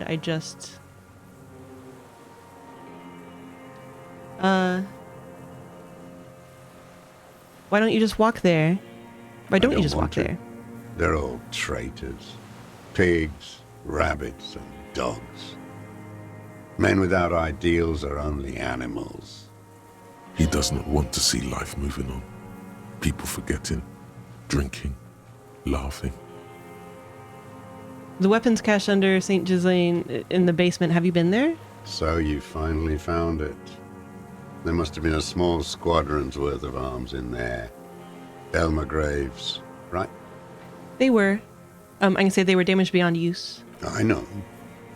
I know. You've been there. I know, Sonny. Sleeping. Some nights. Ammo scrounging on others. Those McGraves were shit, even before they corroded. Some had bullets in the chamber, however.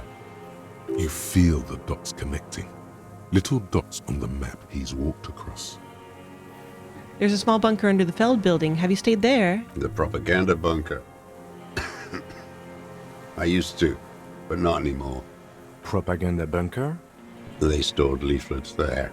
Broadcasting equipment, too. Made broadcasts, I think. Propaganda officers. I buried them with their leaflets. They killed themselves.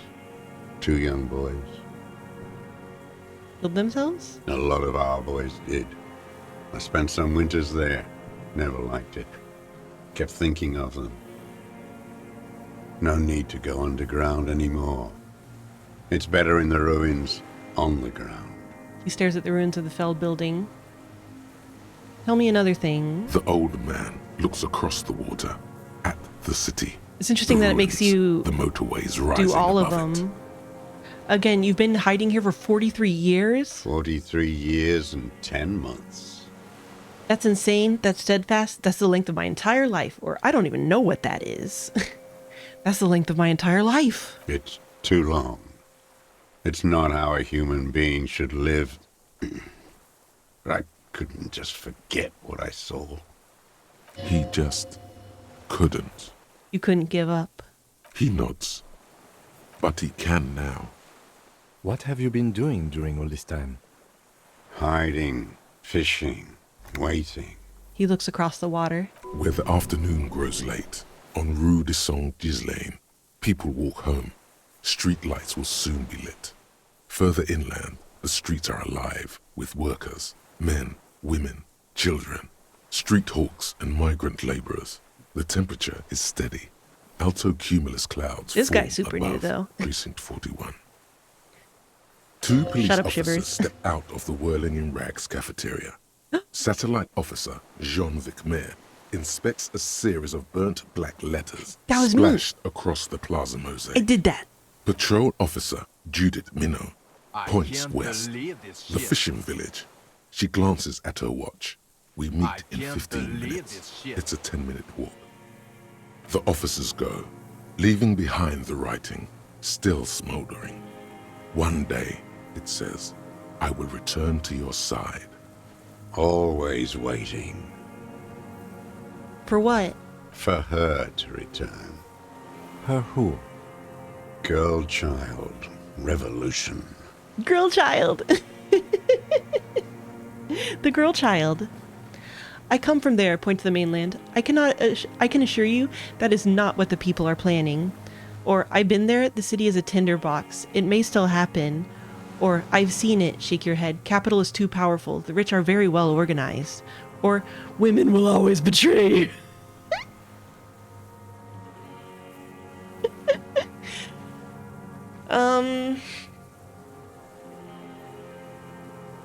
As usual, not a huge fan of any of these answers. Yeah, I had to turn off TTS for dramatic purposes. I can assure you that is not what the people are planning. I am not a fool. I know the material base for an uprising has eroded. The working class has betrayed mankind. The historic opportunity for a revolution has passed. It will not come back anymore, however hard I try, whatever I do. I have another serious question for you. There's nothing serious in this world. It's a farce. Assesses body language, +1 disturbed motorics. What have you been using this gun for? I've used it for killing people. Checks out. Killing people? It's a gun. That's what they're for. You want a moralist euphemism? Defending your family and your property. I haven't done that. I've used it to kill people. Interesting. During or after the war? There is no after the war. Class war is never over. So he's continued killing after hostilities ended. Okay. Yeah, no shit. This is it. You can feel it, like battery acid on the tip of your tongue. Something you haven't felt in a while. But what? This is what you live for. This is the shit. The great serotonin jackpot. The solution. Go in straight. No euphemisms. He doesn't like those. Oh, they're pretending that this is the conclusion of the murder mystery. No. Be careful now. Slow and steady does it. Make him repeat it first. Don't mess this up.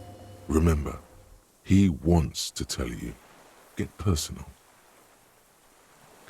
So you're saying you killed people after active fighting stopped? Or did you use that gun to shoot and kill a colonel of the security contractor Cornell? Or I know you want to tell me, have you killed anyone with that gun in the last week or two? Or wait, so which one do I say then? I know you want to tell me. I don't want to tell you anything, you grotesque murderer. Oh, you got me. And why did you think that was a good idea? Don't listen to me. I'm wrong all the time. Excellent. Did you use that gun to shoot and kill a colonel of the security contractor Cornell? The who now? He leans in and cups his ear. He heard you. He just wants to hear you say it again. This is dramatic flair on his part. Right choice. We're in. Do it, sire. The corpse in ceramic armor hanging behind the whirling in rags. Did you shoot him? Or the fascist death squad who took a bullet in the mouth on the night of March 4th? Or... I mean, I wouldn't call him a whole squad. I mean, I feel like that's a bit ennobling. I feel like I don't think he deserves to be called a whole squad now. His name was Ellis Courtenaire. He was a part of a security detail here in Martinez. Or a beautiful, strong man sent here by the Honorable Private Military Company Grinnell. Or, you know who I mean.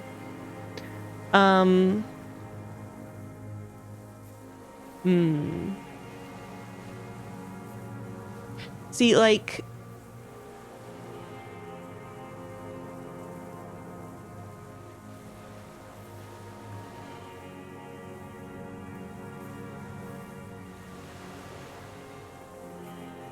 I want to say this because I feel like this is the most, like, professional police thing to say. He was part of a security detail here in Martinez. Oh, yes. That one. Ugly piece of work, that boy. Did you kill him? The lieutenant takes a sudden step towards him. I am a son of a welder and an officer of the commune of Revachol. I do not collaborate with murderers and pederasts of the liberal regime. I'm waiting for the yes or no. A drop of blood in the saliva. Mr. Dramaticman. Exhaust him with proof. Pile it all on him. Get a confession. The gun. The murder weapon is the perfect opener. The scent of blood in the air. But what else? There was something you can't remember. Something about the tracks. Suddenly, all those tracks are so confusing. Go with something else. Yeah, we still first. don't know about the footprints in the pinball zone. I don't need your cooperation. I've got this. Show him the Cheonggang 446. We've done the ballistics. The shot came from this island. Or come on, what am I forgetting? Hit yourself on the side of your head. We've done the ballistics. The shot came from this island. I saw you poking around there, looking for evidence. You're damn diligent when it comes to dead fascies. Did you like the view? You had direct visibility. There are embrasures in the concrete, specifically meant for a top follower to use. And you had a long-range rifle in your possession. The lieutenant softens his voice. You've been here a long time, Mr. Dras. Too long. You clearly need medical aid. I'm ready to die. The man interrupts him, then coughs. I've done my part. He's practically admitting to it. Dead fascists for fascists. What? Done his part. Also, I like that he said fascies, but because, voice acting, this guy said fascists. You said fascies? You're admitting to killing him? Or is the best uninterrupted line of sight into the window of Martinez? Like, we still have to make a case. Or the view is perfect. With a pair of binoculars, I could have seen in the room. You're admitting you killed him? You're sad for your fascia brother, aren't you? One twig got broken. Now the others are sad. Now they're dead. I killed them. Or we killed them. Sorry, Kim. Almost. He almost burst out there. Keep piling arguments. Anything. This feels silly. I don't need your cooperation. I've got this. Not a lot of guns around that use military-grade ammunition, are there? It's a real gun. Not like your little musketeer pistol. I've seen you prance around with that, jumping hoops for the liberals. You look like imbeciles. Why don't you ask them to give you real weapons, eh? Going against automatic rifles with a flame bomb. I did do that. Of course you got all those. So he saw me kill those killed. guys. Damn. He saw you. He's watched it happen. Yeah. So he saw you. Okay. So what? Don't let it divert you. We saved a lot of them. Their leader, Titus, we handled that situation. Or stop changing the subject. We have the murder weapon. Point to it. Or, okay then. Concede. Stop changing the subject. You know what? You're right. I'm convinced this made the shot. Should we call it? Lieutenant looks at the weapon demonstratively, dramatically asks, you think we have the murder weapon? Or, I'm calling it, we have the murder weapon. I'm calling it, we have the murder weapon. Good. Lieutenant takes out his notebook and draws a single line. This feels good, doesn't it? Tearing things up like this. When you have the murder weapon, you have the killer. Sure. Murder. The old man does not say more. He just glances into the reeds and then twitches once more. Like a marionette on some invisible string. This pushed him, but not enough. Just a little more. Come on, what am I forgetting? Wait, here it comes. Oh. The goddamn Maybells. The dried Maybells on Clausia's roof. Oh, yes. There were Maybells in the grass when you got here. They're revolutionary symbols from the war. Nowhere else, nowhere in all of Martinez have you seen them this spring. So he was on the roof. Wait, Scoping don't it out? forget the footprints. The diagonal prints in the dust in the secret space behind Clausia's bedroom. Now they're gonna come up. Of course. Thank you, Head. Thank you. You got it. Remember? The boot prints were like no modern soul. Maybe don't beat yourself anymore, though. You're not immortal. There were maybells behind the victim's window. Show him the dried flower. Damn maybells. The whole island is turning white with them. He seems tender suddenly, nostalgic even. A strange mood swing. So many this year, too. The spring is coming. No, it's already here. Wash the filth away. I haven't seen these flowers anywhere else in Martinez, only here. Or, a young woman called Kasia, ring any bells? These dried flowers were behind her window. I mean, I don't know if he would necessarily know her. I haven't seen these flowers anywhere else in Martinez, only here. They blossom on the islets before. We fertilized them with our blood. Resurrection was snow white in May. I guess it's supposed to say before they ruined blossomed. it. South, the Bay of Martinez is dotted with little freckles of islets, turning green, with white flowers in white snow. The coast, too, before they piled their containers on top of it, filled with broken, useless trash for fat-fingered bourgeois children to play with. I'm not gonna say it, but you know. You must get around a lot to stay undetected all these years. Do you know any secret paths? Pinball workshops? I may. A curious tremor passes his face. A young woman called Kasia, ring any bells? Classier. He knows her, but hadn't heard the name. Yes, you hadn't heard her name, had you? My ears don't reach the city. You know her, right? She had intimate relations with the victim, the mercenary. With the victim. Oh yeah, he was watching them have sex. Dirty old man. Turns his sight from the whitening field of flowers and falls silent. Then the muscle in his jaw twitched a spasm. There is a small tremble. Looks like a smile. A crooked smile. Yet isn't quite voluntary. He's about to burst. Don't leave any loose ends. Get him on everything. I wonder what brand of boots you're wearing. Everything is brands with you individualists. Who cares what brand my shoes are? Sansa. Some shit. Show me the souls, please, Mr. Duras.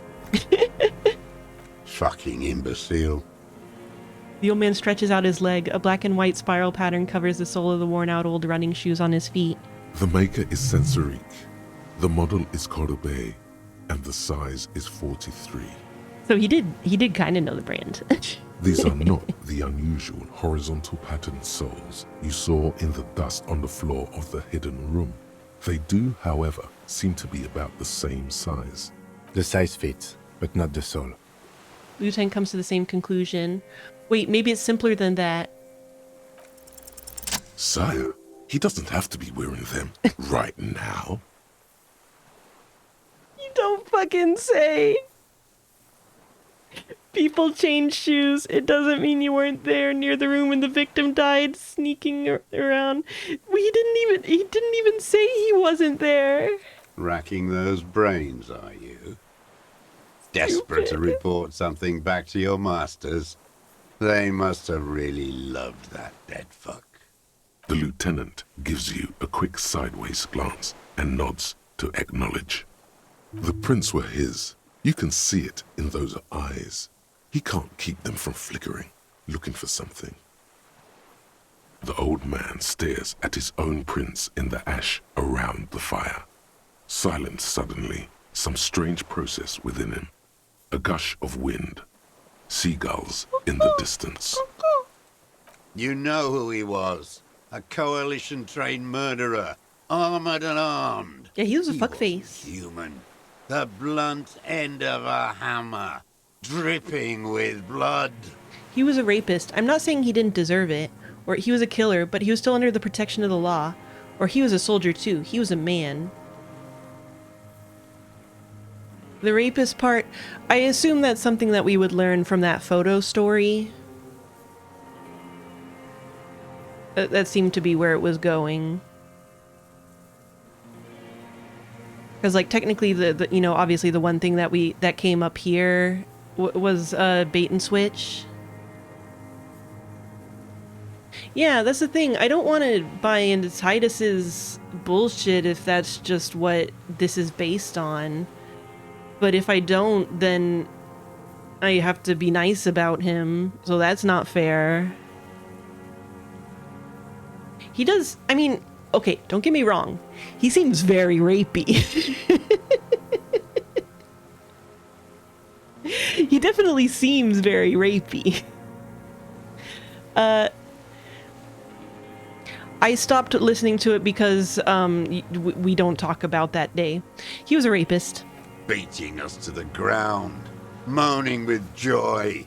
You hounds get so thorough when a company-trained killer dies. I haven't seen you on this coast for 40 years. You know, maybe I should have killed one sooner. Got your attention. Now yeah, you look, I'm just gonna say I wanted him to be dead and that it's fine. I don't want to commit libel. Now you come to investigate. Not when they die by the hundreds. I probably don't even have a basement, sir. We have a very small income. This is it. Shot him. Shot him. Say shot him, not killed him. So you shot him? Oh, the inhumanity. One paramilitary less in Revachol. You can almost see him squeeze a tear out of his eye. His fists begin to tremble from the anger. The lieutenant raises his right arm to hush you. Hush. He does not need to be pushed anymore. The ball is rolling. While the lieutenant listens, holding his breath. Just nod. I had them in my sights. Both of them. Him and the whore. I was breathing with them, in phase, and I pulled the trigger and flew on the air until I landed in his mouth. He begins to smile. I didn't think I had a shot like that in me anymore. I did. I saw him kneel there with his mouth full of death, and that stupid look on his face. The smile quivers. And his dick still in her. Then what? Nothing. I went to sleep. Next morning there were Maybells everywhere. The world was white, or what's left of it anyway. My last spring here. I knew the fascists would come to avenge their own. And so they did. Mr. Dross, are you aware you're confessing to murder? Yeah, I've been confessing to murder for the last 30 minutes, but you've been super weird about it. Yes. And you were looking at them, the victim and a young woman, having sex, through the scope of your rifle that night? Get him on being a before you shot creeper. him? Get him on being a creeper. The lieutenant took out his notebook slowly, very slowly. The old man nods. Why? Because that's what they were doing. He shrugs and smacks his lips. The motive. This is where the motive is going to come from. You can coax it out of him. The lieutenant's preparing the ground. I feel like he's already given plenty of motive. I don't understand. Do you, detective? I don't understand this part. Why were you looking at them that night? I'm always looking. Yeah, that seems right. It turns his eye to the city. Another tremor passes his right side, lower in intensity. Are you always looking through the scope of a rifle? I'm just trying to understand. I'm just trying to understand. Is this a sex thing? A rifle scope has the best magnification. And if you don't like it? Click. You pull the trigger? Yes. Think of it as a form of critique. Can't even look at this shit. You got him going. Connect every little piece now. Wrap this up like a gift. What specifically did you not like about what you saw the night of the murder? Them. Fucking. I didn't like that. So you were jealous. I want to say that just to fuck with him. Jealousy is a reactionary concept. That was I not. didn't like the Reaver enjoying himself. Drugged out, soothed in the arms of a young woman. I wanted him to die so he could not enjoy life anymore. See, the way that you describe that makes you sound a little jealous. And I wanted to see his head explode. That too. She should know better than to hold a child murderer between her thighs. I knew he'd be there for one more second, writhing. That's all it takes for the bullet to reach his head. Now that I think of it, I wasn't aiming for his mouth. I wanted his brains to spill out on her. But you can't have everything. Don't you pedantry me. Nya. Gross. Gross is the word. This man has seen past her, like you did. And now he longs to see her covered in blood. To punish her. How long have you been watching her? You wanted to punish her, so you killed him. You had feelings for that woman. Oh no. How long have you been watching her? Since she came to Martinez. I saw her sneaking in the reeds early in the morning, behind the Fell building. It was dark, still winter. She didn't have her skimpy outfit on then. Just a spot in the night, moving. Past the Fell building on the coast? What was she doing there? Hiding something in the water. She had a fag after she'd done it. I was up in the ruins there. That means cigarette. She couldn't see me, but I could see her, smoking. She was nervous, but not scared. What do you think she hid there? Her passport and tickets to Villiers. And from He there, went and looked at to him. Cachet Brut. In the free state of Seminine, hidden away at the edge of the earth, near the Pale. Some kind of hidden container on the coast? You looked into it? Yes, after she'd gone. It was a submersible. Well made, actually. Doot doot. Sloppy. We should have gotten her to tell us about this. Did you take the documents?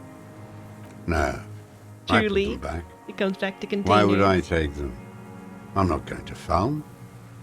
Oh, I mean, Moving on, did you continue watching her after this? I did. She had a face like an archipelago with those birthmarks, and a body hard and lean and bruised all over, black and yellow. I could see she's taken a beating. I hope you two boys are having fun with this. I could see who she was, too. A spook, on the run. Revachol's the cloaca of capital now. All the bagmen and arms dealers end up here to do drugs and have sex like animals. You could tell she was a spook from the documents? She had different color hair on the photo, and glasses. Forged. Some sordid bourgeois affair. I've heard about this kind of thing on the radio. He's setting it up for you. The bruises, you can't make that out in a scope. And you could see her bruises through the scope of a rifle. You can't see bruises through a scope. It's just a blur. He shakes his silver gray head. How does he know those minute details about her body? It quickly comes to you. Bruises on her body, any chance you've seen them through a hole in the wall? Oh, yes. Cutting those drugs of hers into little lines with a knife. Masturbating. Did you make that hole? With a clip point knife. Good for listening in, too. For hearing the moaning and the snorts. This is the final... This is the killer of this game? It's just this fucking sex creep? Ever seen her through a window on a roof? Like that, too. Yes. Bending like a bow against the glass. Man. You've been through the secret route behind the whirling rags. Those were your footprints there. You just changed your shoes. I've been through all of Martinez. Every nook and cranny. And that too. Yes, that too. The things they did in that little room. What she'd I do know. to feel good. Funny the way light works. You turn it on inside, and it gets so dark out, you can't see a man looking in. I learned that in the 20s, when they were still hunting me. I've seen people do some shit. Okay, Brooke, to be fair, come on. It's also like, oh, we really need to get on the tertiary depth of his motive here instead of just fucking arrest him. And oh, what a reward. Those two took the cake. You hear the familiar scribble of the lieutenant's pen. A quick glance at you. One more loose end down. We're doing this, detective. How did you get in there? The hidden pinball workshop. I can just walk in there now after a good wash. I told you, they think I'm an antisocial. Closing hour is a good time. The kitchen's empty. Guard You just had to never open brought the him steel up? door in the kitchen? How? I got that open a long time ago. Some bourgeois game merchant lived there. I don't know, 15 years ago. He left spare keys all over, and I took one. Then I saw her turn the light on one night in my scope.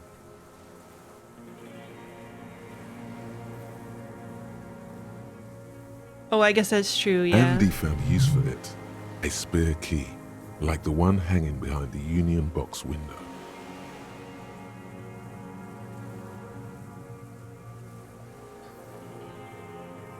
So in conclusion, it wasn't about him, it was about her. Her. There's a twitch in the corner of his eye. The lieutenant nods at you in acknowledgement. That's it. Motive. We have it. I guess fair enough. It is different than the other obvious motive we already had, and it sucks. Where is she, that Clasier? I haven't seen her there for days. She got away. We don't know where she is. Or she got away, but she let us hear first. She figured out someone was watching her from the sea fort. Or we arrested her. Lie. Or I'm not at liberty to say.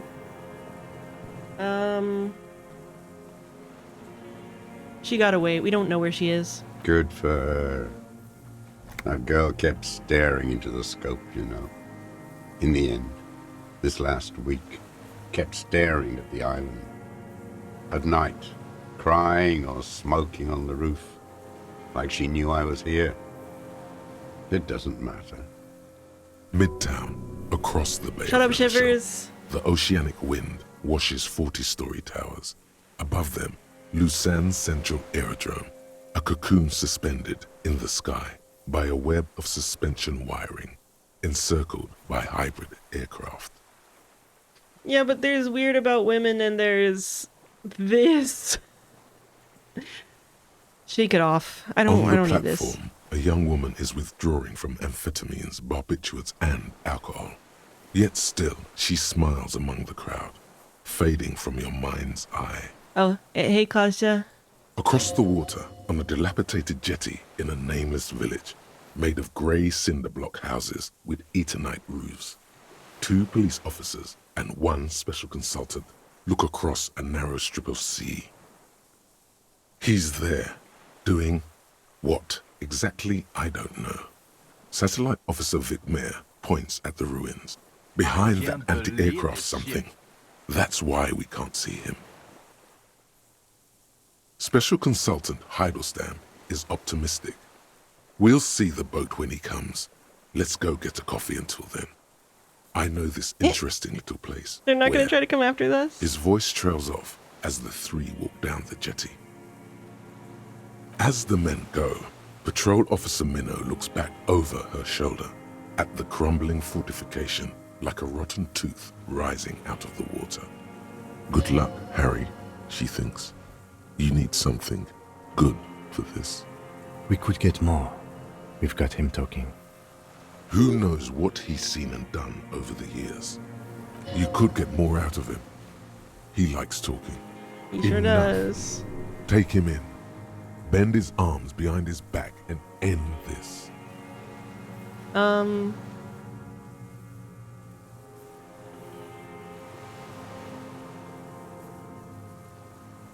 Composure. I guess I could say that's it for now and change my gear and come back in and do it. As funny as that feels. Sure.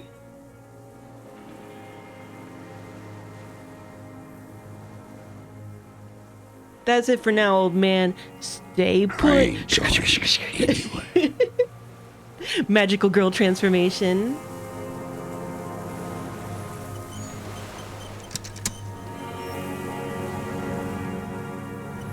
I actually have to use the restroom real quick.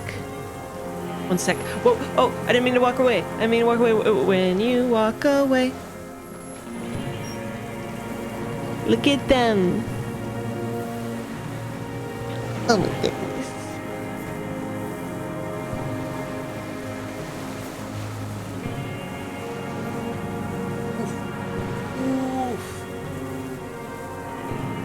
Well, obviously, if he's Communist Harry, he's a Sailor Starlight, and if he's Fascist Harry, he's a Sailor Sun.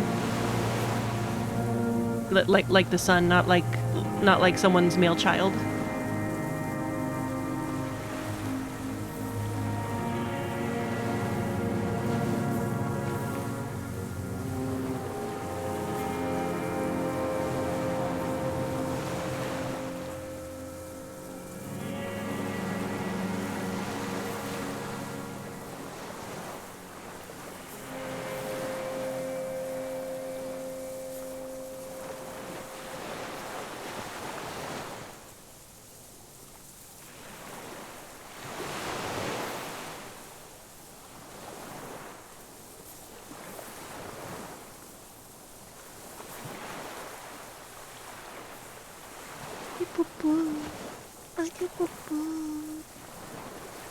Also, that he hadn't been living on this island for 40 years. He's been running in and out of town, creeping on women and shit for, you know, a length of time, and then choosing to go back to his secluded island because he sucks. So, I ain't giving him pity for his personal choices.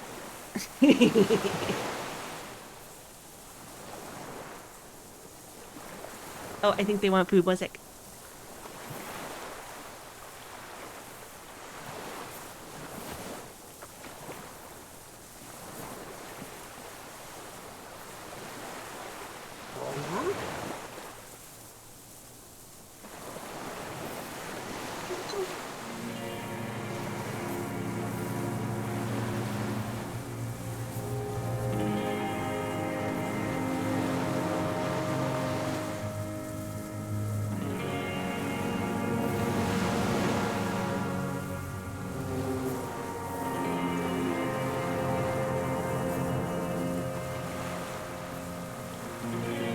Yeah, the reality of the situation is that this guy decided to be isolated because he's got like antisocial personality traits.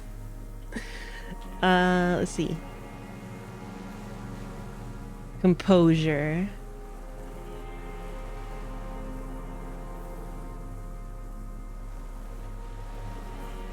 Hell yes. Hell yes.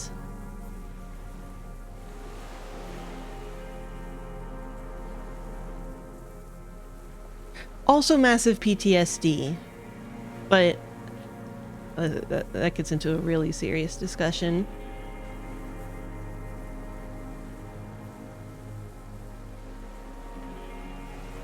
I feel like this is a kind of game you wouldn't really need a sequel to.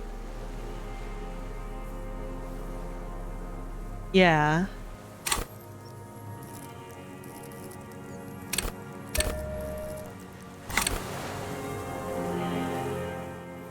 I mean, what's the sequel? Further Adventures of Harry? The old man stares despondently at the logs. It's like he's forgotten you're there. For a 60-year-old man. No.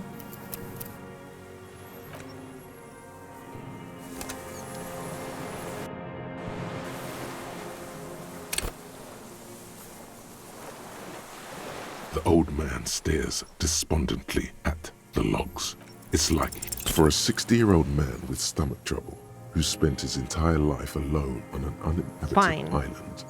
He seems surprisingly fit. That's it? He's clearly a drug user of the painkiller sort, prone to erratic hand gestures and malnourished. But that's it. The moment passes and you say,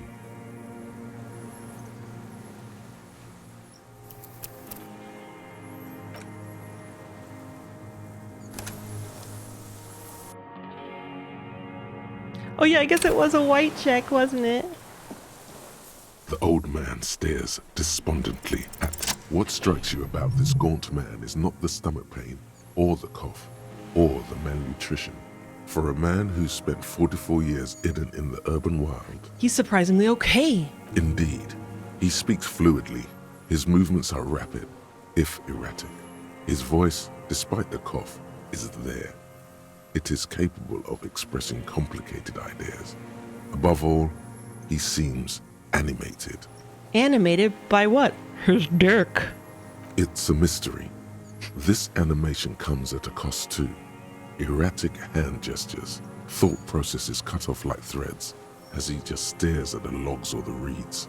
He also suffers mood swings, bubbling to the surface, unconstrained by his nervous system. Dementia? You've seen demented people before. Yeah, this doesn't seem like dementia. This feels similar, yet different. When his thoughts move, they are lucid, keen even, not senile. Mr. Dross, are you okay? How is your memory? No, I'm not okay. I shit blood, and I'm surrounded by insane people. There it is again. Erratic hand motions, Relatable. bouts of rage, and the stomach thing too, of course.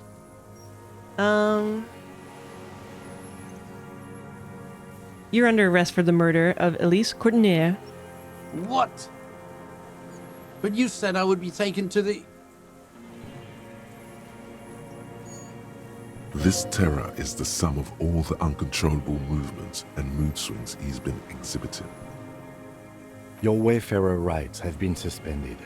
Information provided to the officers on the scene will be used against you by the prosecution.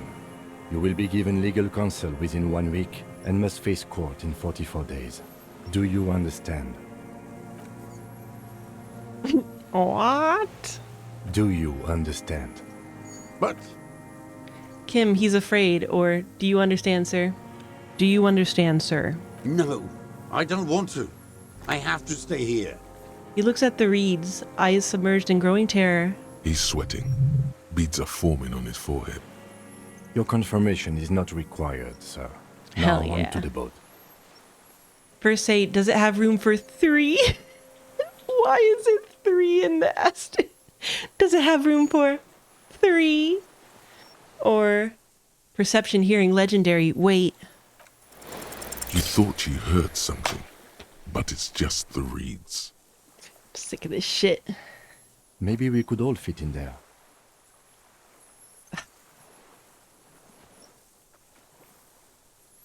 Is it worth re-rolling?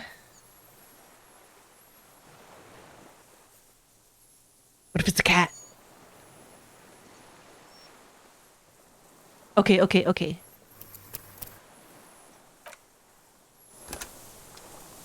Okay, and say no more. I just wanted a yes or no. The old man stares despondently at. For a 60-year-old man with stomach trouble, who spent his entire life alone on an Okay, well, we got the he's surprisingly okay. Of the painkiller sort. What? But you said I would be taken to the... The sum. Your Wayfarer. Do you understand? But... No, I don't want to. He's sweating. Your confirmation is not required, sir. Now on to the boat. There it is again. To your north, as it has been since you came to the coast. The reeds whisper, stalks rubbing against each other. But then, in the middle of it... What? Something completely different. It sounds like a bow, very slowly being drawn against the strings of a violin. A very small violin, made of reeds and rushes. The Insulindian phasmid? Maybe there is room for 3 on the boat. Like the lieutenant's voice. Shush, Kim, do you hear that? What? What are you talking about?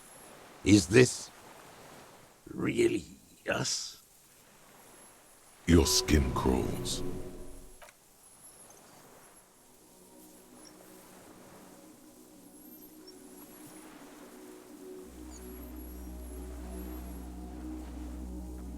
Holy shit! Holy shit!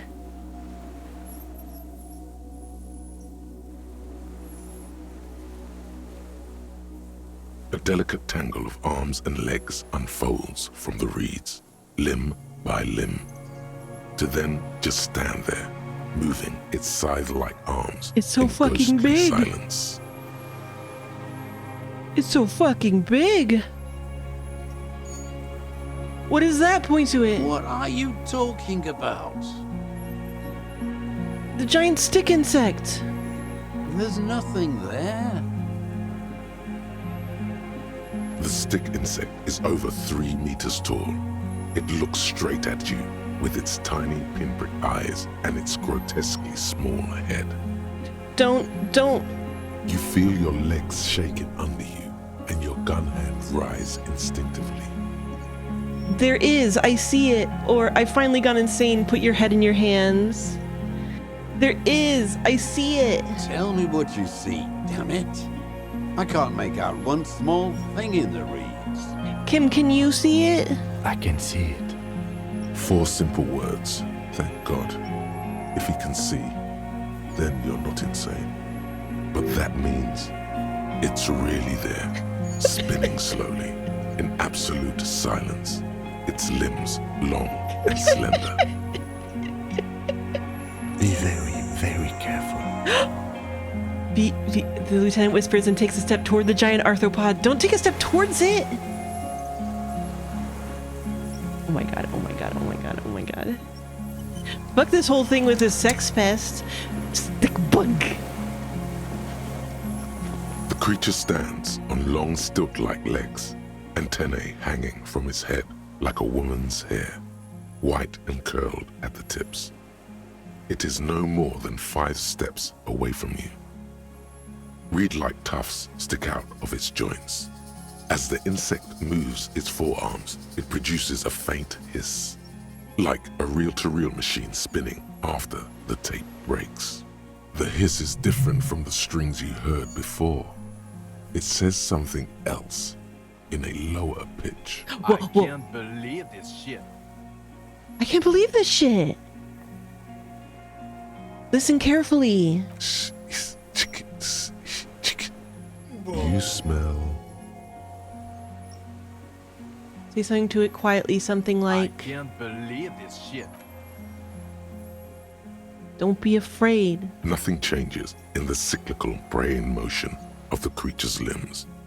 They are porcelain white on the inside and reed-colored on the out, beige, light brown, and striped. Give it a little You are kiss. unsure if it is scared or not.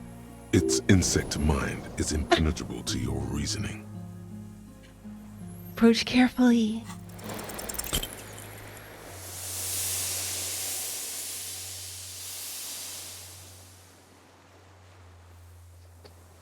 You barely get to take one step. The invertebrate reacts with uncanny speed, skating away across the water. It's gone, like a skipping stone, leaving nothing but rings on the sea's calm mirror. I can't believe this shit. Can't believe this shit. I can't believe this shit.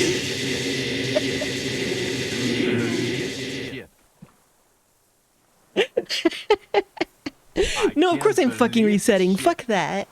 What was it? I rolled a 1 and a 2. Fuck you. I can't believe it. What?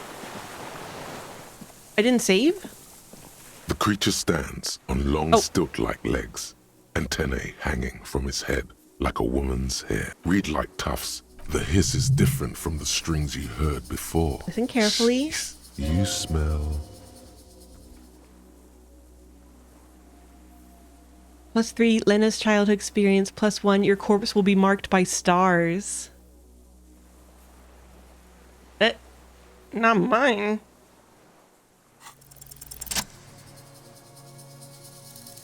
Slowly, with your breath held, you take 2 small steps toward the phasmid.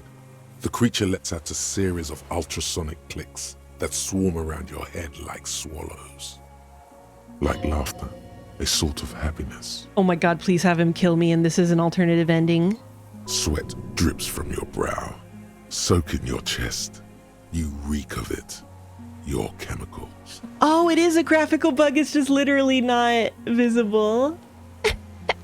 Okay, wait.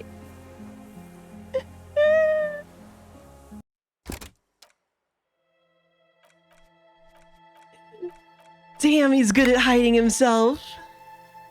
Damn. It's so impressive. No.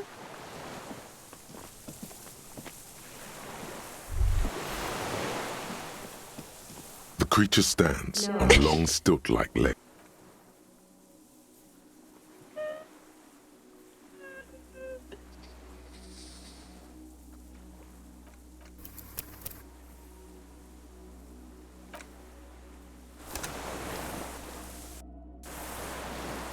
I mean, is it important, Hyper Piggy?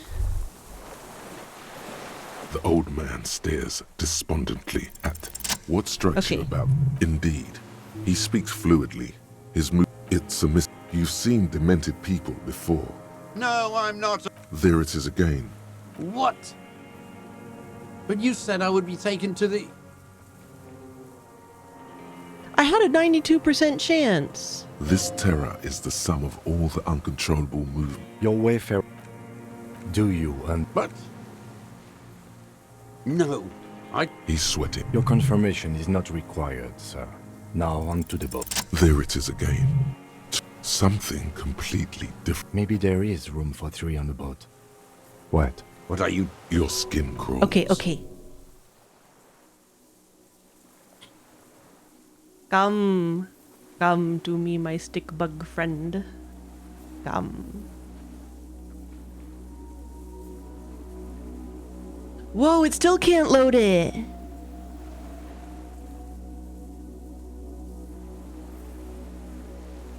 You don't see a delicate shit. tangle of arms and legs unfold. God damn it. Why is this game so fucking buggy? Like a stick bug.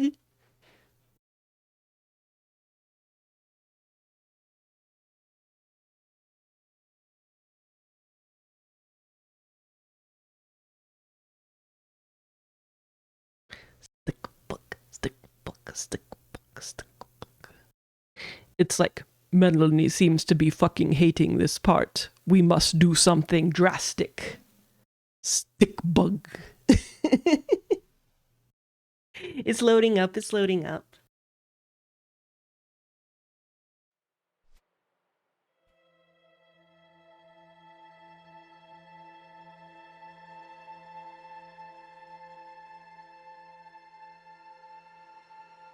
Okay.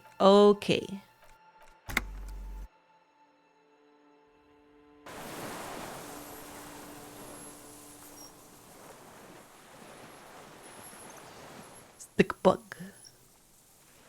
Visible stick bug. The creature stands on long stilt-like legs, and reed-like tufts stick out of its joints. As the insect moves its forearm, the hiss is different from the strings you heard before. It says something else. Listen carefully. You smell... Approach carefully. Slowly, with your breath held, you take 2 small steps toward the phasmid. The creature lets out a series of ultrasonic clicks that swarm around your head like swallows. Like laughter, sweat drips from your brow, soaking your chest. You reek of it. Your chemicals. Hissing and clicking, it extends its mandible-like antennae to greet you. You're right below it now, looking up at the colossal chitin of its white limbs. The head of the creature is crowned by reeds, and its eyes are like small droplets of water. Raise your hand slowly, or hello, I'm Harry, I don't really know who I am, or whisper, okay, Kim, take the picture. Oh, but I bet it, oh, well, here he comes. Raise your hand slowly. The insect stops its stridulation, seeming to observe you. Below its crown of reeds, little pinprick eyes detect motion, glittering. The world stands still around you. Suddenly, there is silence. Raise the other hand too. As you do, the invertebrate comes to life, its limbs moving independent of each other, as if each has a mind of its own. They are white, like stalks of porcelain, knitting above you, praying to you. Whisper, that's right, pray. Or don't pray to me, I'm nothing. Or put your hands down instead. Don't pray to me, I am nothing. The reed creature does not stop its stridulations. It towers above you, parting the reeds it emerged from. Tuft-like structures still rustle on its joints. Perhaps it is preparing to eat its god. Okay, Kim, take the picture. Okay. The slow, oh. There is no change in the insect's motion while it's being aimed by the camera. It remains fixated on you. In 3. If it moves, you jump back. I'll shoot. Here we go. 3, 2, 1. The shrill flash of the camera cuts the air like the blade of a sword. The phasmid freezes in its bright light. Head turned toward the lieutenant, hypnotized by the flash. It stands frozen before you. Reload and talk to the bug. I did talk to it. I need to talk to it more. I got it. You hear the lieutenant whisper as the creature is shaped.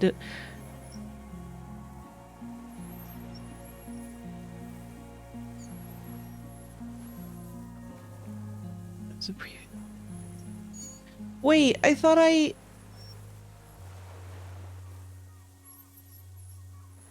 said don't pray to me, I'm nothing. I guess that you mean you have to do the other dialogue tree, but just to be clear, I did talk to it in words. Bitches. Fine, I'll fucking too, god damn it. Fun video game.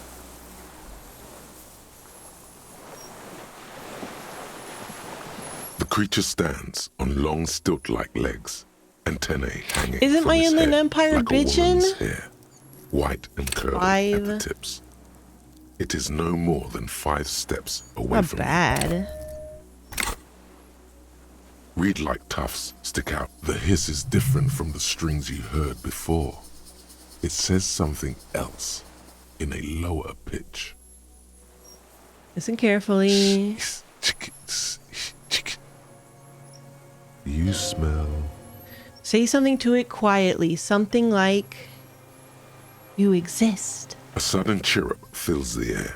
The walking stick moves its whole body, limbs working independently of each other, like the parts of a masterfully constructed machine. It moves just an inch closer to you. Or does it only feel like it does?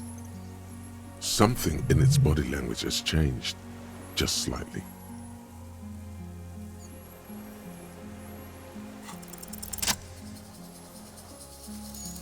Slowly, with your breath held, you take 2 like laughter, a sort of happiness. Sweat drips, hissing and clicking. It extends its mandible-like antennae to greet you. You're right below it now, looking up at the colossal chitin of its white limbs. The head of the creature is crowned by reeds, and its eyes are like small droplets of water. Hello, I'm Harry. I don't really know who I am. No reply. A total ancient silence comes from its mouth, along with what appears to be some kind of foam. The stridulations of its limbs continue all around you. Stand on your tiptoes and look more closely. You were right. Little bubbles form on the mouth parts of the creature, on its segmented lower lip. It looks to be foaming slowly. The foam is white, then yellowish. The faintest smell like you've never felt before, like burnt roses. Whisper, Kim, it's foaming. Careful. It may be poisonous. Lieutenant watches you apprehensively. The foam slowly turns a darker shade, like burnt caramel, as the insect moves its mouth parts, masticating. The little bubbles begin to burst, one by one, letting out that same smell, like summer burning. Apricot blossoms, white blossoms erupting, a sensation like cold hands on your face.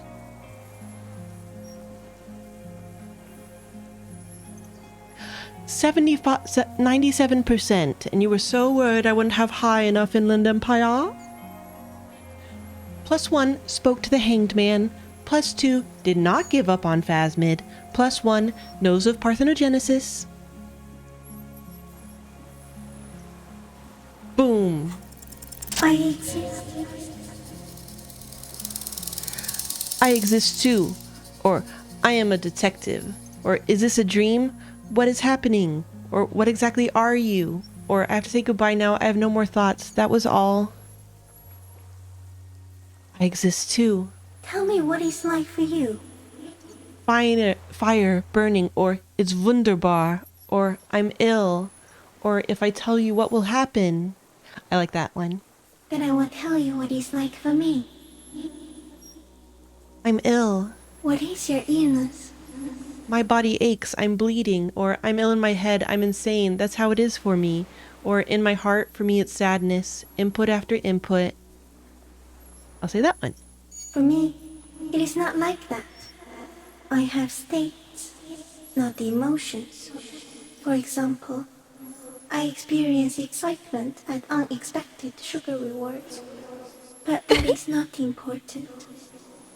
Now I will tell you how it is for me. For me, it is a series of half-lit images, a kind of darkness, being intruded upon, transient, dim, moist. Intruded upon by what? Shapes of plants and animals, and internal sensations.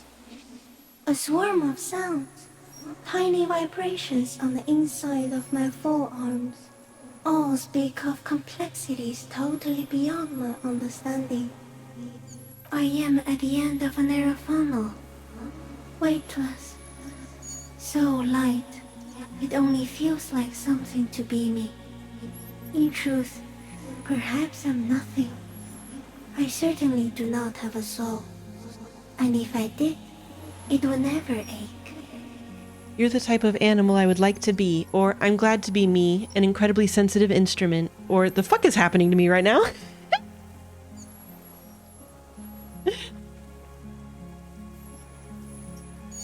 I'm glad to be me, an incredibly sensitive instrument. Few of us can begin to imagine the horror of you, with all of creation reflected in your forebrain.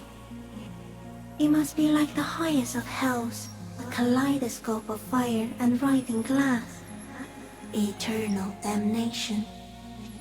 Even when you're sleeping, and when you wake, you carry it around on your neck, with eyes open that cannot help but swallow more behind the mirror.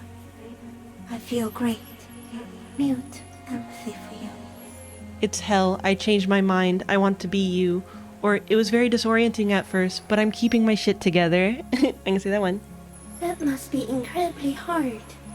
The Arthropods are in silent and meaningless awe of you. Know that we're watching. When you're tired, when the vision spins out of control, the insects will be looking on, rooting for you.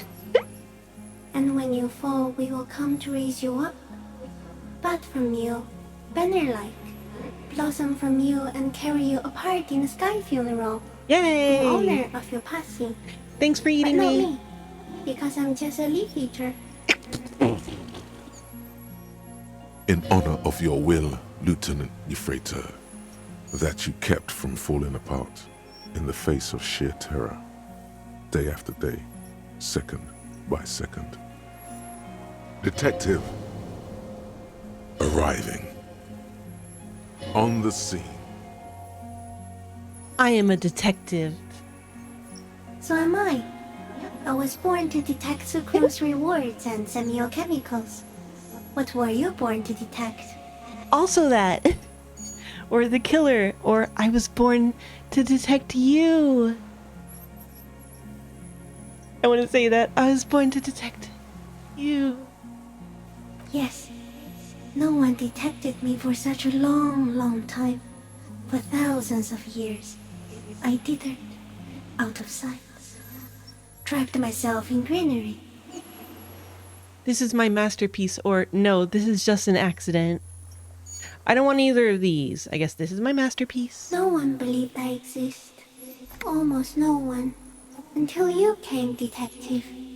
Dripping of blood that smells like strawberries. Across the calm sea. Don't eat my blood. First in 1,000 years.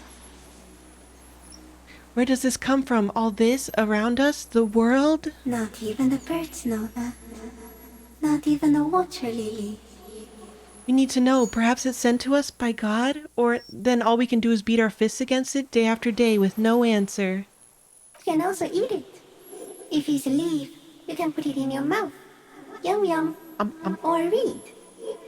My blood smells like watermelons. Wait, so So you look like a reed and you eat reeds, or too sensitive of a matter? So you look like a reed and you eat reeds? Yes, they don't mind. Have you accidentally eaten another reed, Phasmid? Too sensitive of a matter. Have you accidentally eaten another reed, Phasmid? Yes. I once cloned myself and ate the little ones. It was winter, and I woke up at the wrong time. It was an accident. Oops. What exactly are you? I am an unknown species of the order Phantasmodia, endemic to the Insulandian Insula. For the last 350 years, I have hidden in plain sight, masquerading as the reeds, molding, cloning myself, unfolding at night to play with trash bins and boys. Wait. That's like ever since we first discovered the Insulinda, right? Wasn't that about 350 years ago? No one unnoticed by the first settlers and the land surveyors of the suzerain. Also, by the soldiers of the revolution and the officials of the occupation. Even the Seminese islanders who came here first, but did not stay, have not seen me.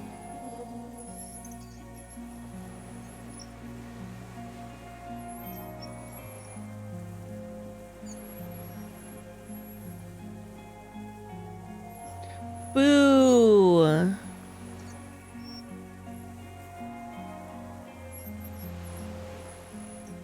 Yeah, so the Insulindian miracle is just nothing. That sucks.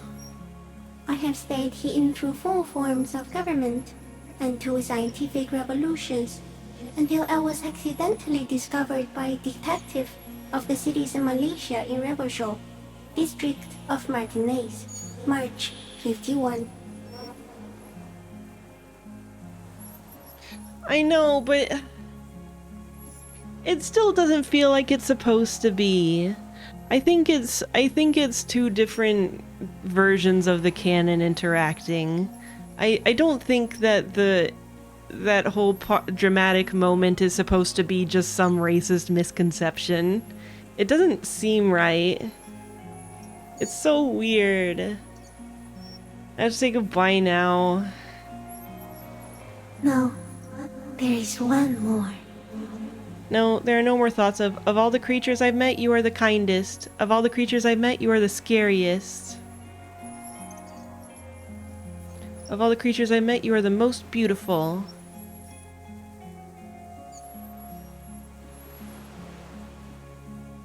Well,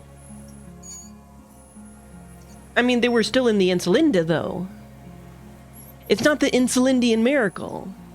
It's the specifically Caillou miracle, if anything. And it's not a miracle so much as you just also found this other thing before you found the other things that are the same as this thing. Boo. All the creatures I met, you were the most beautiful. Thank you. I also have one more thing to say to you. That woman, turn from the ruin. Turn and go forward. Do it for the working class.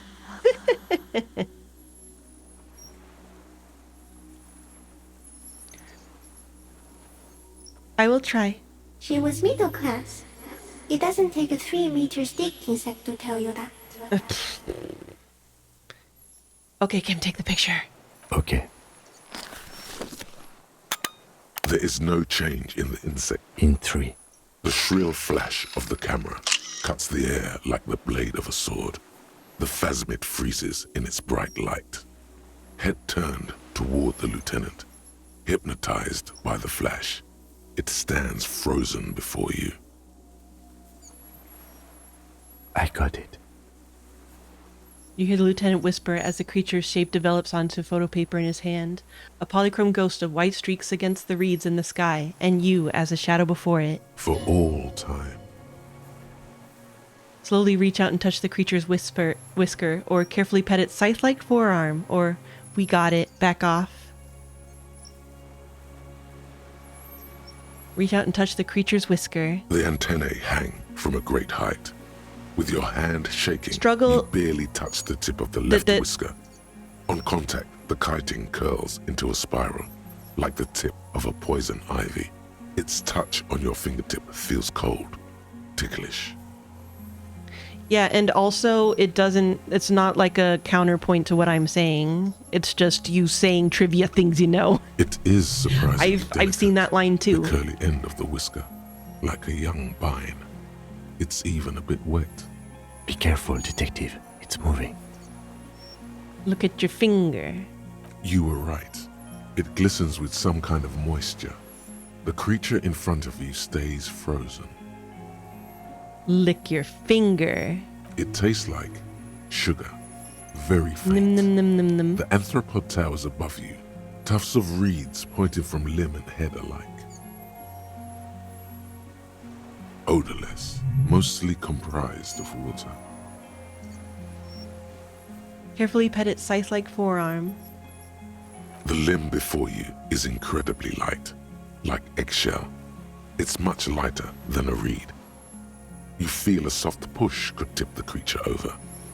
Its hollow exoskeleton collapsing. Warning! Run your hand up the slender limb higher. Pull your hand away. A sudden shiver passes the limb. Looks like the creature is awakening, wave by wave from its stupor. Some sort of countdown process is happening. That's all you have time to think. We got it, back off. Another shudder pulses through the creature's limbs. It jolts back to life, like a record continuing where it left off, in a swaying, praying motion. Even the small black pearls of its eyes do not stray from you. Disengage slowly. As you're turning away, the phasmid mirrors your movements, stepping Yeah, on that's the a water, nice art. the long limbs carrying its feather weight without breaking its surface.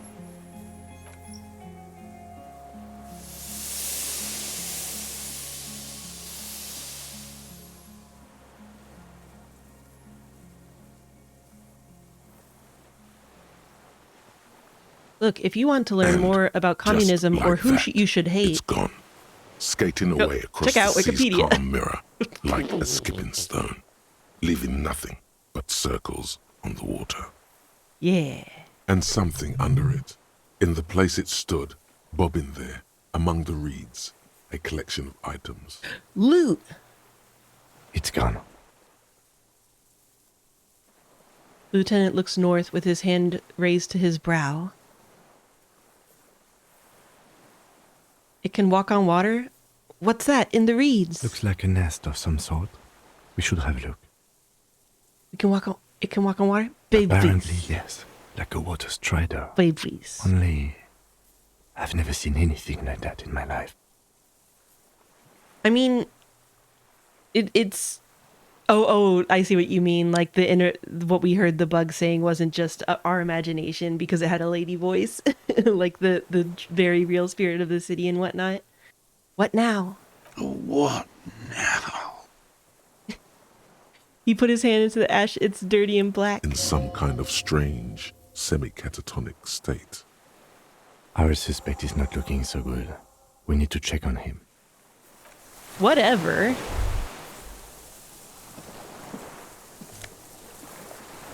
Fairweather T500 helmet. Rifle scope. Why'd the bug deliver me this sick loot? What the fuck? The helmet Kuno kicked into the sea. Oh yeah! Also, thank you very much for the resub, Ronald McDownload.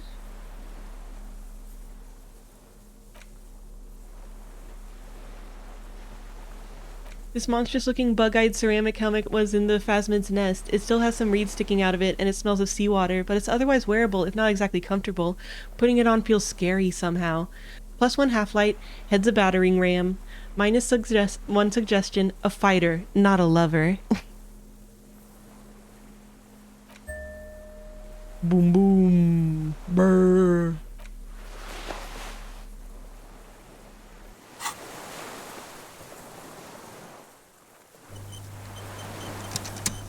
Oh yeah, and a common 300mm sniper scope attachable to almost any bolt-action 4.46 caliber.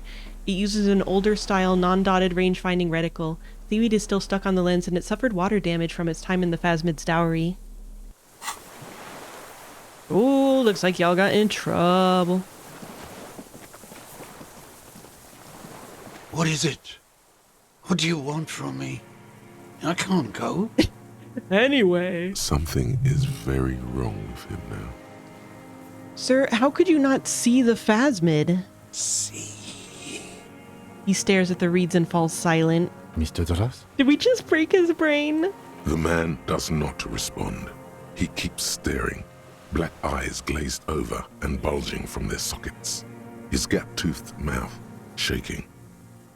Snap your fingers under his nose, wave your hand in front of his eyes, touch his shoulder gently. Wave your hand in front of his eyes. A light shiver passes him, followed by nothing. His hands are trembling, and he breathes slowly. He's going into some kind of psychomotor immobility.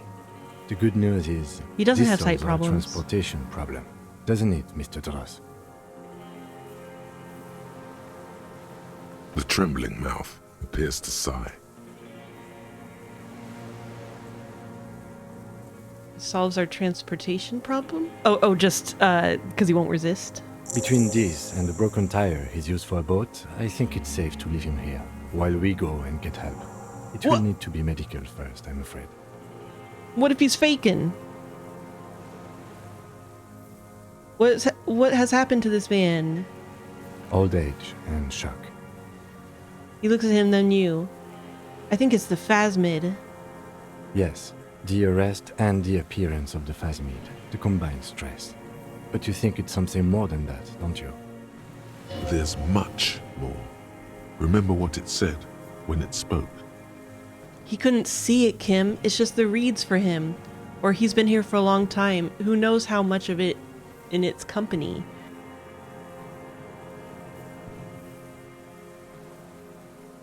Is it just the reeds for him? It seems to have broken his brain.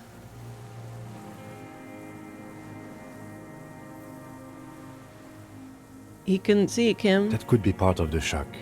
But you're right, something is off here. Mr. Dras. He touches the man's shoulder. No response. Maybe this is how the phasmid has stayed hidden all these years? Then how did we see it? Oh, you mean, whatever does this, does it over time? Teenagers, kids, drunks, sightings are brief, and hence not credible. But anyone who spends a long time with it. Yes, you forget it's there. It has its own little MIB mind wipe. Mr. Dross, have you ever seen a stick insect pretending to be the reeds? The old man stutters. The doctors will have to look at this. I hope your station has better medical personnel than 57. This is a little advanced for a nurse. He did seem distressed when it finally came to arresting him, like he didn't want to leave this place, and the insect maybe. He looks at his notebook. I have absolutely forgotten to take notes. I hope I remember all of this. He shakes his head in disbelief. This will be one hell of a report. Thank God we have the photo. It has the same effect as the pail. It has the same effect as the pail. No one would believe you without it. We found some things in the Fadsman's nest, Mr. Dross. He stares into the reeds. Your words don't stir anything in him. Perhaps you should. Show him the ceramic helmet. Show him the detached scope. I'll show him the detached scope. I lost. You lost it, Mr. Dross? He turns his eyes to the reeds again. As he's I'm done like so juggling it. I'm many like, times. look at this. Beige Oh, and white did you lose stripes. this? Is this a thing you lost? Oh, I wonder how I got it. He lost the scope. Then it somehow made its way over there. With the help of a magpie phasmid. The lieutenant observes the lens sparkle in your hand. This sight is a T9, Mr. Dross. Was it attached to the rifle when you made the shot? Yeah. I want to believe it's a creature of the pale. Silence. Not even a sigh. You've gotten all you will out of this poor being. And if the pale is like affected by people's thoughts or whatnot, you know, like people can bring things into being. Perhaps the fact that people believe in this phasmid is what made this phasmid eventually exist. Show him the ceramic helmet. Nothing. Just dull staring. Not even... If Kuno kicked it into the sea, as he said he did, the ebb would put it back here. This makes sense. Mr. Dross could have picked it up. Or the phasmid even. If it did, this is incredible. I'm going to let you rest now, Mr. Dross. Conclude. The plastic cape flaps around his face in a gust of wind. His back is slouched and his mouth open. The blacks of his eyes are receding. His pupils are returning to normal. The strength has all gone out of him. Just frail old bones in a sack of tracksuit trousers and a windbreaker. Hang tight. We should think about getting back to the mainland. To get help. He'll be safe here. If we don't take too long. That's not what we should do. Are you serious?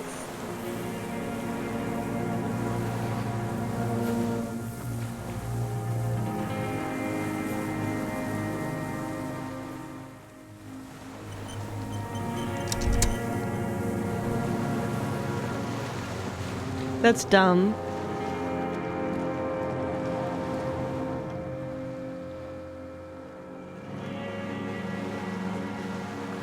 You take him in, and one guy can stand on the island for a bit.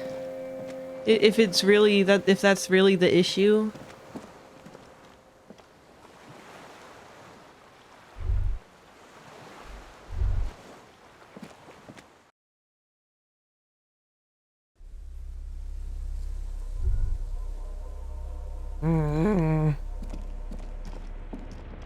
Yeah, seriously.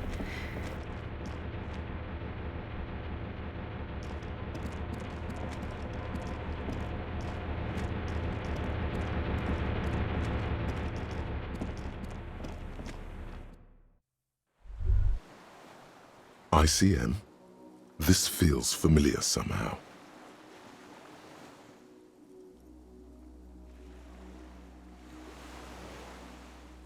Which thing am I looking at?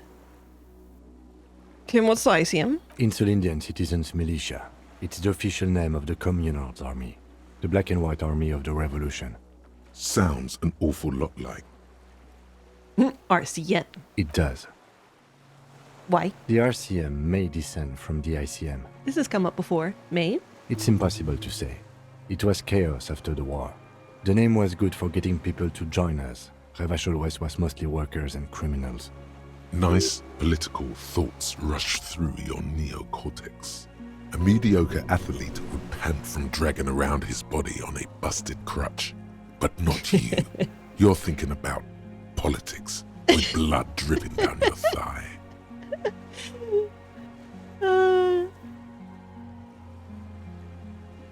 Just catch your breath. This is better preserved than the others. You can still read the sign. Finish thought.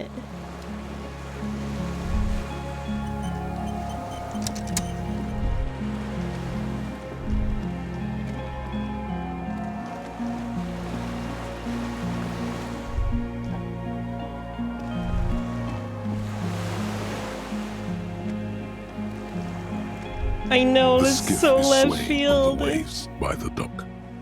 Let's return to the mainland. Let's. We are done here. The skiff rocks gently under your weight as you get in. The ride back is uneventful and quiet. I mean, it was cool, and it did save me from having to deal with this very unpleasant finale. But for the sound of conversation on the water, there is someone inland waiting for you. 2 men and a woman stand on the concrete square of a nameless village, looking at a small yellow boat as it draws closer. The sea is calm. You reach the jetty and climb out of the skiff. Also, the bug has deemed me not a centrist, so I will be taking your apologies at any moment. Thank you.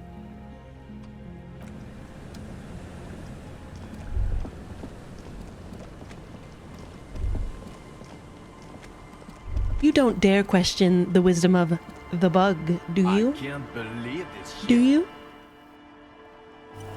I can't believe this shit. Look what the tide brought in. I can't believe this shit. I can't believe this shit.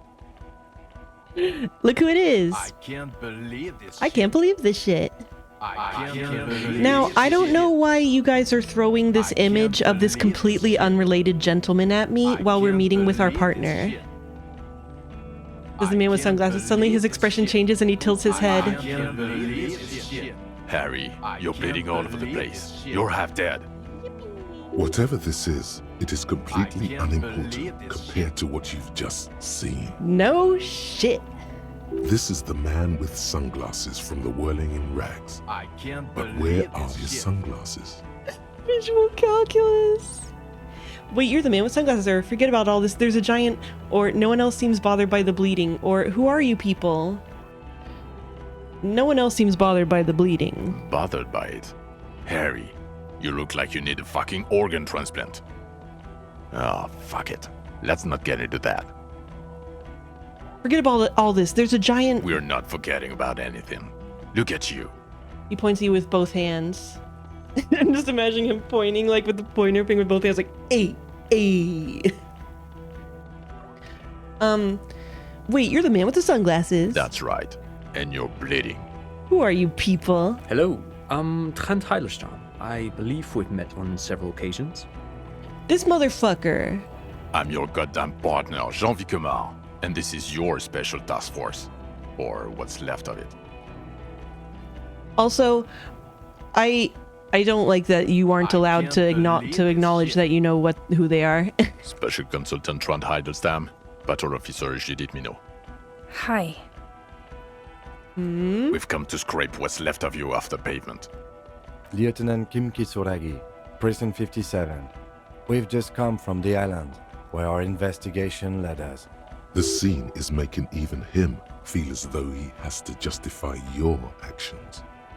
We might need your help with something later.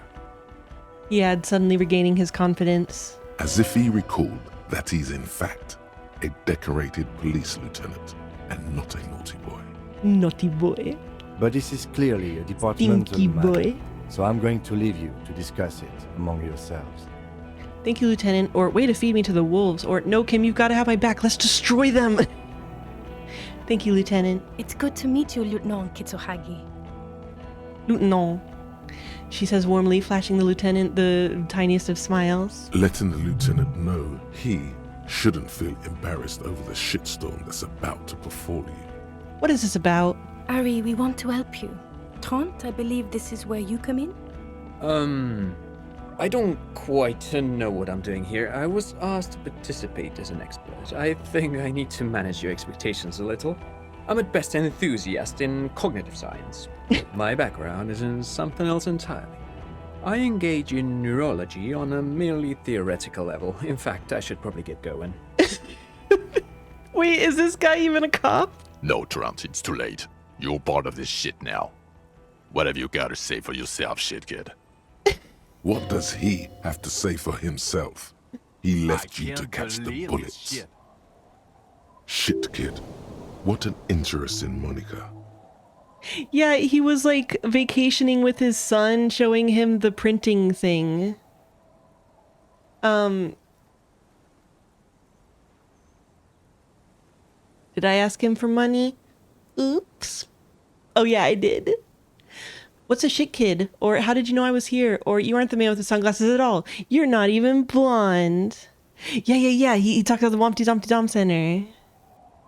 Or you never told me you're not the horse-faced woman. Point at her. Oh, goddamn. Or so Trent Heidelstein turned out to be special consultant Trent Heidelstein. Or duped again. No one's who they say they are. Or you mentioned a task force. Or where have you been all this time? There was a mercenary tribunal. So Trent Heidelstein turns out to be special consultant Trent Heidelstein. Yes, I'm Trant Heidelstein. I never said I wasn't Trant Heidelstein. Wait, what's up with the kid then? Mikael? Mikael's my son. Oh yeah? What was up with all the interesting history? Spying on me? No, I was just interested in the Feld building and the Martinez beachhead. And Mikael wanted to see Martinez. It was a coincidence. So what are you special consulting here? What indeed? I was asked to share my take on some of the more obscure theories developed in Königstein in the 30s, like partial psychotraumatic amnesia, group personality theory. We talked about that with Excel. He's here to see if you're insane. He is smart. Let's move on.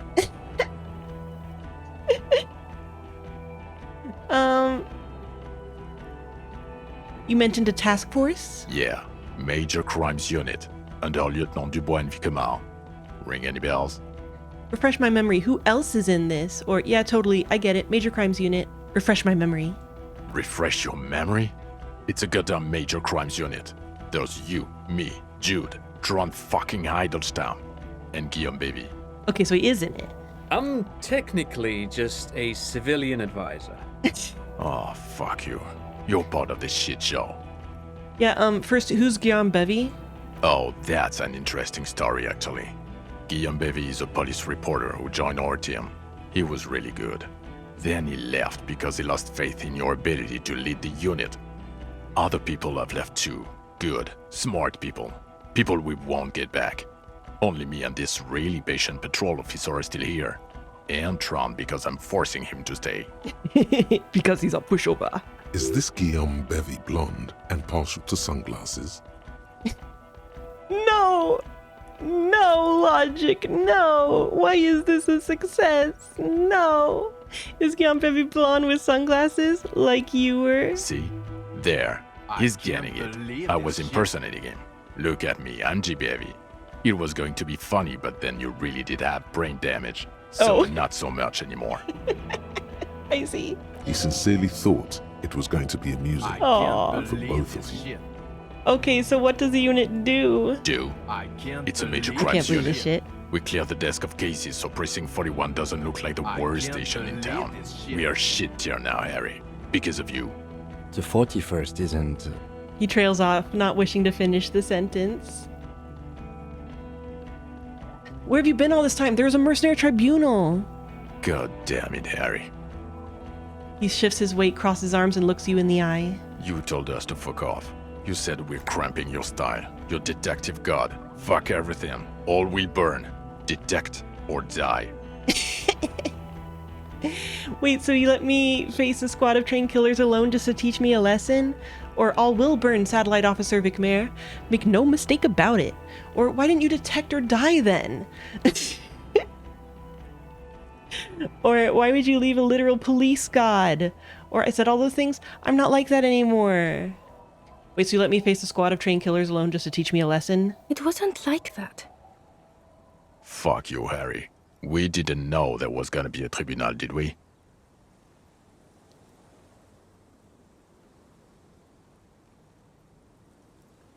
I guess not.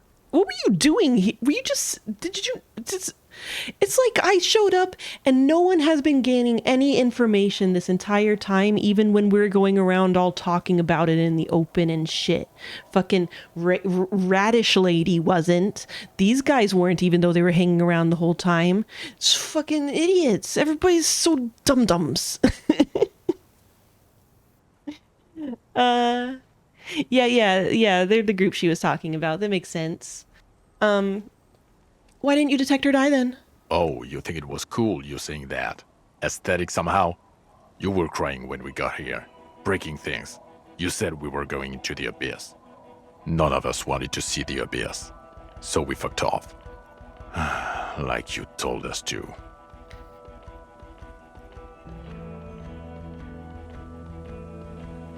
None of this is ringing any bells. Move on.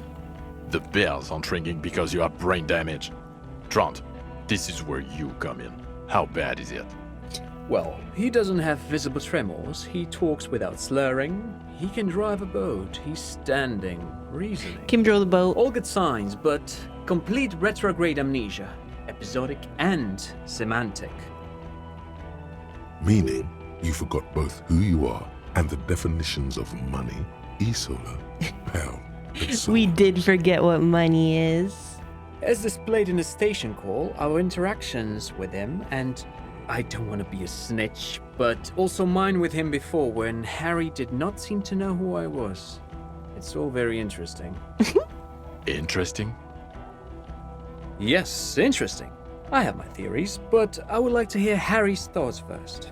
Harry, what do you think happened to you?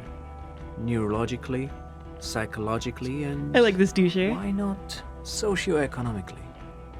Wait, socioeconomically, you think I'm so poor I lost my memory? Or I drank so much I lost my memory and I'm now slowly recovering it? Or I made it all up, it was a fantasy, a stupid joke. I know what I am. Or it might have something to do with an anomaly in the church, a 2mm hole in the world. Or I am a highly experimental detective. This was a method I used to solve the case.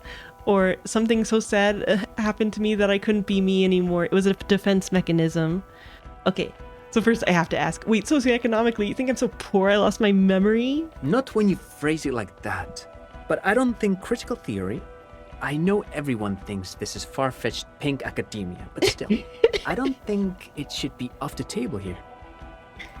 What? He lost his memory because of capitalism? No, not like that. I'm not talking Vrede for school here. But Harry, I asked you, what do you think happened? Okay.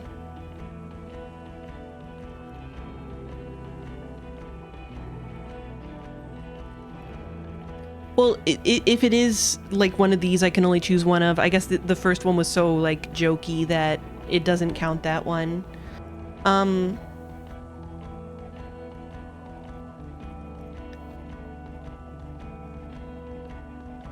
Capitalism fucked me beyond recognition. Trant is right. First I want to say the thing about the 2mm hole in the world. Corresponding to the 20cm hole in your brain. Sure. This theory has great symmetry. I see how it folds into itself neatly. Precisely, Satellite Officer Vic Mayer. It's Martinez. Take this seriously. Wait, they don't seem surprised or confused about what I'm talking about. Do they conveniently know about that, but not anything else? Okay, I'll explain later, but there's another man who's lost his memory. A crab man. Or take this seriously, I suspect there might be something wrong with Martinez. Or I know you would be too close-minded to understand the anomaly. Take this seriously. This sounds odd, but I was there. Yeah. The Kim, church on the coast was shaking from an audiospatial anomaly. It may have been anthroponetic or perhaps related to radio waves. Either way, it was real. I've even put it in my report. You should read it. I do not, however, think it has anything to do with him drinking himself to the point of brain damage. Come on. Thank you, Lieutenant Kitsuragi. Just to clarify, I do not think his other anthroponetics are a hoax. Pale produces global phenomena. It's proven. However... It's proven. What has not been proven is total memory loss after drinking too much Commodore Red. Honestly, I think he's just lying to us. But Detective Vigmer, he has blanked out before. I have? Yes, a couple of times. After some of the more serious benders. One was after the two drunks case, the other when we looked into that mural. The two cases in your ledger. The unsolvable I remember case those. and the next world mural. Those were recent. Those cases were hard on you. Interesting. So at first he dipped his toes into it, prepared. That's where he would have gotten the idea, yes. Practice. And then he used alcohol to get there, so to speak. I don't accept that. What do you mean? Well, here's my theory. What if this is an absolutely normal reaction to the world we're living in?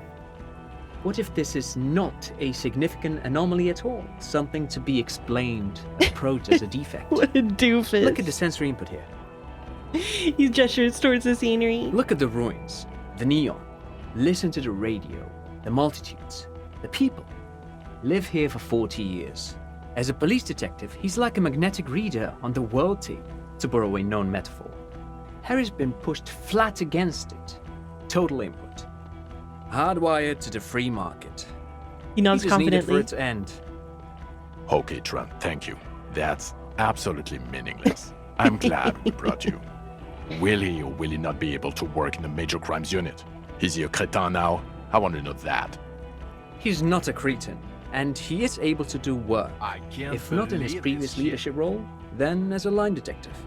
I'm ready to lead again, or line detective is good for now, or he's wrong, I'm too far gone for work, or fuck all of you, I don't want to be in your unit, or what now, proceed. Line detective is good for now. For now, I misphrased my question. It should have been, is he able to put his clothes on and use the potty? Or do we need to get him on a disability pension?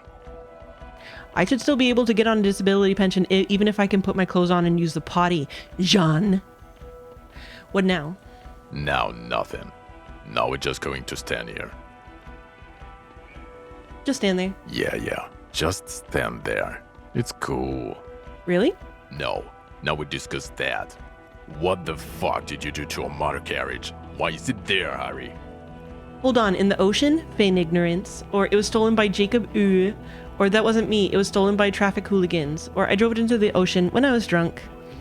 Or I thought the killer would be underwater. He wasn't. The time had come. Tequila sunset. Or I don't know what it's doing there. I drove it into the ocean when I was drunk. Ah, so refreshing. He just admits it. Thank you for your honesty.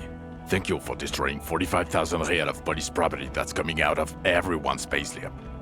It doesn't matter. Your badge, Harry. Show me your badge. I got my badge right here, show it to them. Or I lost it, I haven't found it yet, lie. Or what I do have is this futuristic armor. Tap your... I got my badge right here. In a rush to demonstrate your badge, your eager fingers can't sustain a grip on the smooth plastic, and the badge slips out of your hand. +1, you're proficient in catching small objects. Fuck you. Fuck you.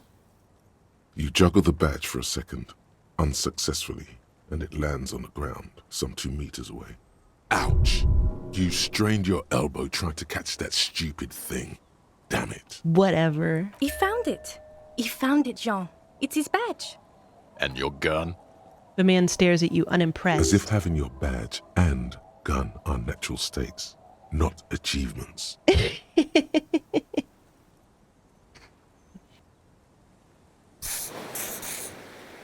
Gun, just repeat gun. Or wait, how did you know I lost my gun? Or my gun's right here. Or I upgraded my gun to a rifle. My gun's right here. He has it. And he didn't drop it. You're drunk like a bum, Harry. Put that thing away before you kill someone. So it doesn't even matter that I found my gun? Or I'm not drunk, I haven't started drinking again. Or I tried not to, but I can't work as well without it. I'm not drunk, I haven't started drinking again. So you forgot to drink? I don't buy it. Why do you smell like a corpse then? He's wounded. It's been a long week, and he's handled an actual corpse. Also, maybe Saw would know more about this, but I feel like if you got an infected wound, like an infected really serious wound, I don't know if you could say that the infection was there and completely gone in 2 days. I feel like I might still have an infected wound. Or like we should still be working under the assumption that I might have a somewhat infected wound. It doesn't seem like it doesn't. I think I still have an infected wound. No idea what you're smelling. I washed death off me. Or wait, it may be because of the pheromone. Or, yeah, I've handled an actual corpse. Or, yeah, it's been a bit of a week. I'm sorry I smell bad. Or, none of this matters. My odor situation is meaningless compared to what I've discovered. I'm gonna say that. What you've discovered? You let the suspect escape, a certain Glacier, because you were too drunk to assess a flight risk. Now I'm annoyed at you, bro. We've read the report, Sari. Lieutenant Kitsuragis. We know. How'd you... You've been...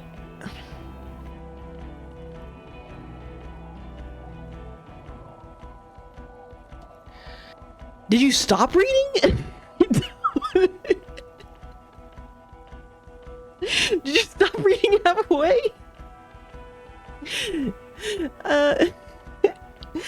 She was some kind of spy from the Occident, specially trained. Or, not taking her in was the right thing to do. She gave a vital clue that led us to the island. Or, okay, I got duped there. She pulled one on me. Or, yeah, I let her go as an act of mercy. Or, that's just a small detail in a huge case you know nothing about. Or, that doesn't matter, none of it does. We have no idea what I just discovered. That's just a small detail in a huge case you know nothing about. Sure.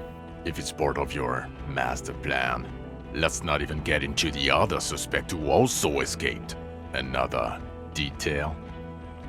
Or the fact that you're Everclear's little peony now, doing I don't know what for him. That's small-time stuff. That's nothing. This is so goofy. That's a humorous anecdote. Compared to the 6 people who were gunned down, the streets are literally red with blood, Harry. It was fucking mass murder. It sure was. He did everything he could. We did everything we could.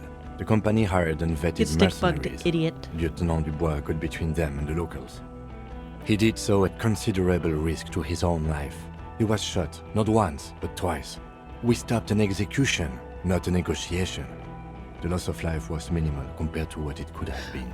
Like, obviously, I have some sympathy for the position these people have been put in by past Harry, but they also fucking abandoned their job because Harry was being too annoying.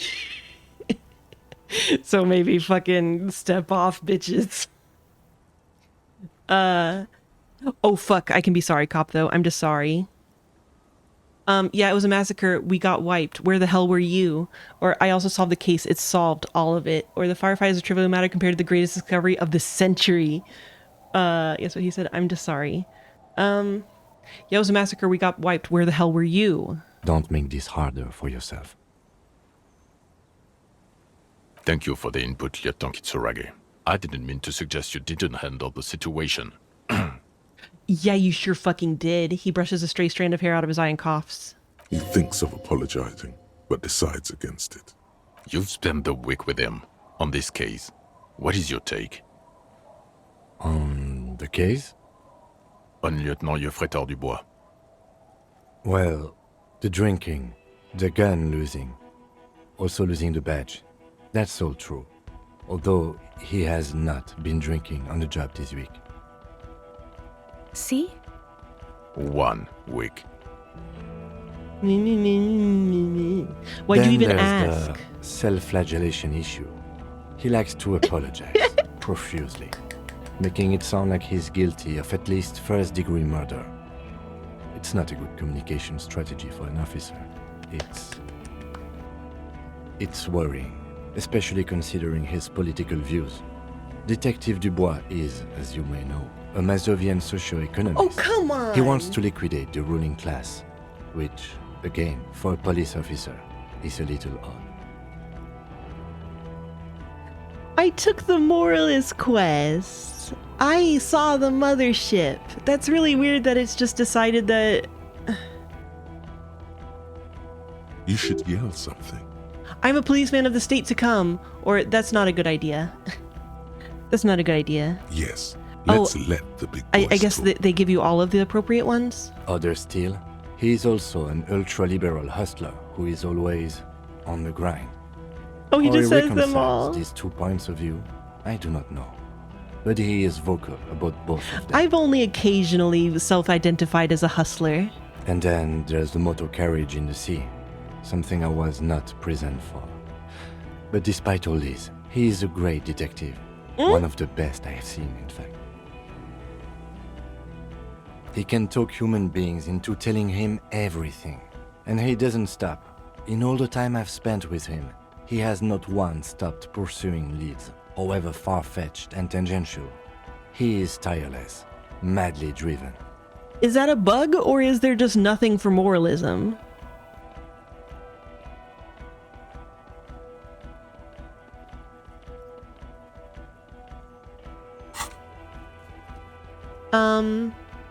Communist 19. Sorry cop, also a lot of points. Moralist 13. Ultraliberal 5.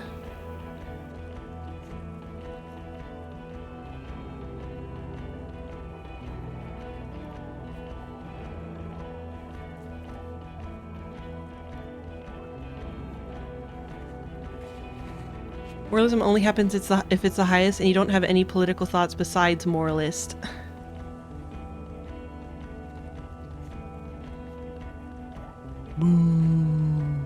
Having 5 points in ultra-liberal doesn't make me an ultra... Come on. Well, except that one time when he stopped to sing karaoke, which, by the way, was a valiant effort. Hell yeah. He really sang his heart out.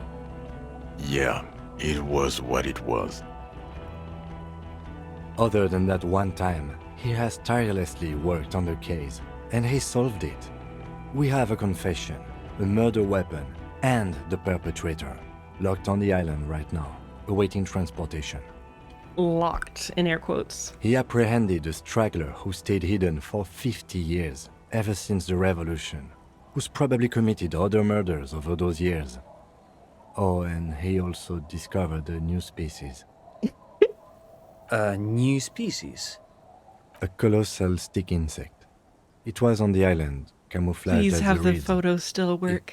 It unfolded from the reeds. I think we may be dealing with the Insulindian phasmid.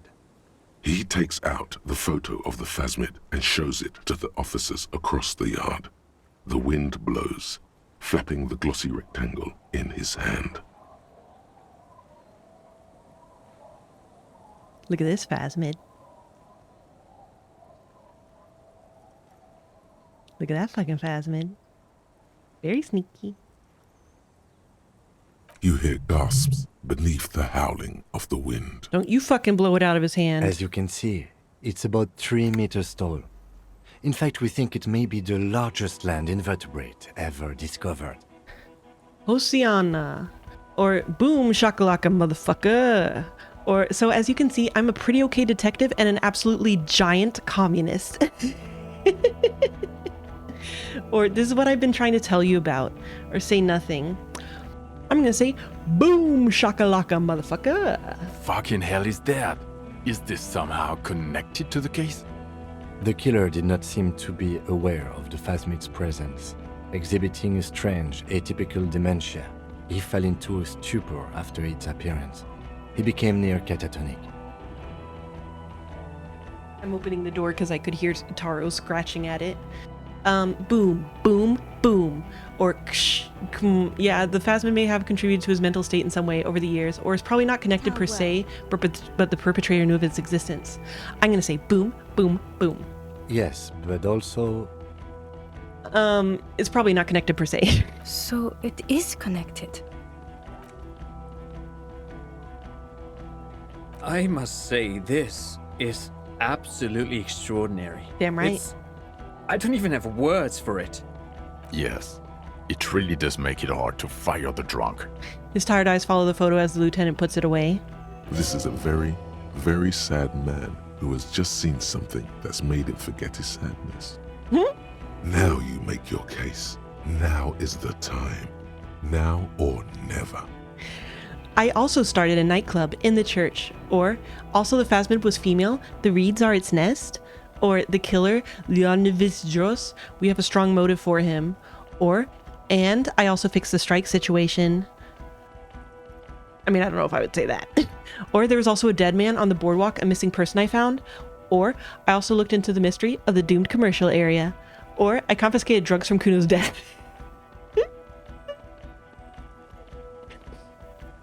8. So what do you say? Want to take this hot shit back? I confiscated drugs from Kuno's dad. Who's Kuno? You don't want to know. You're right, Lieutenant. I don't. You snorted the drugs, I know you did. It's alright. I mean, at this point, anything is but the drink. Kim knows it's not true. You know what? Fuck it. I also started a nightclub in the church. What was that? It sounded like you set up a nightclub in the church. Yeah, I reinvigorated the local nightlife. Or yeah, I did some kids a solid, turn their lives around.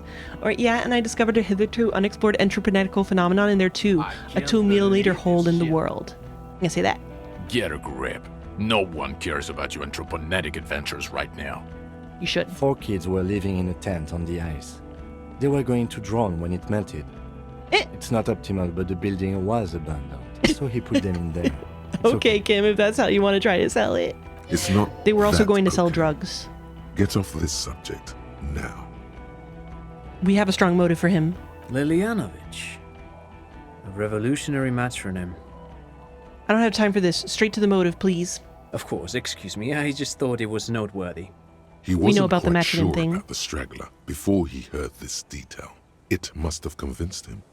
He killed the mercenary in an act of jealousy. He killed the mercenary hoping to start a war between the company and the union. Or actually, I'm not sure if I have the motive. I had another thing. He killed the mercenary in an act of jealousy. Jealousy? I thought this Lilianovich was an old man. To have been hiding for 50 years. Like 70-something. A strange psychosexual fascination. The result of spending all this time in solitude on the islands of this bay. And trauma too. He himself gave a political reason. In his mind, he had killed an enemy combatant. Also, we have ballistics from the gun, matching the bullet found in the dead mercenary's head, and 2 officers on the scene that Mr. Dross confessed to. It's a clean win. Oh, it's way more than that. Way more. It's more than that, a perfect folding mechanism, like the Phasmid. Or it's way more than that, I'll win her back with this. Or it's my masterpiece, they'll teach this in cop school. Or I did all I could, every second was a struggle. Or I'm still not completely satisfied with it, it could have been just a little neater.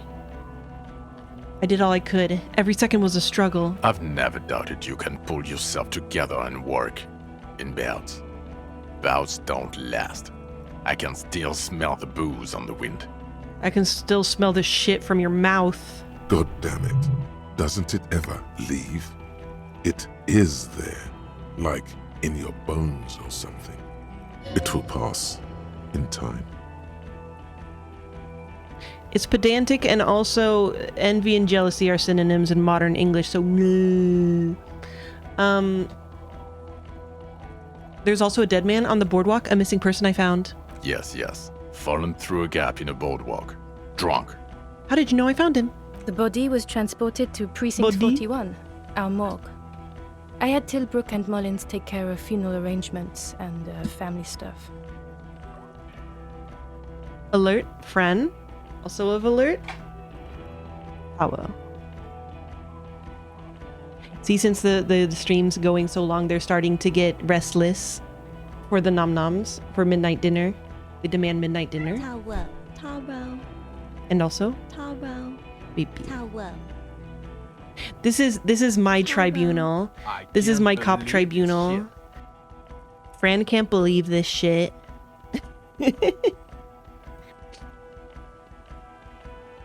You're not the only cop in the world, Harry. This all comes back to us. Still. Apparently not this all, bitches. Bitches. It's still a point for you. No denying it.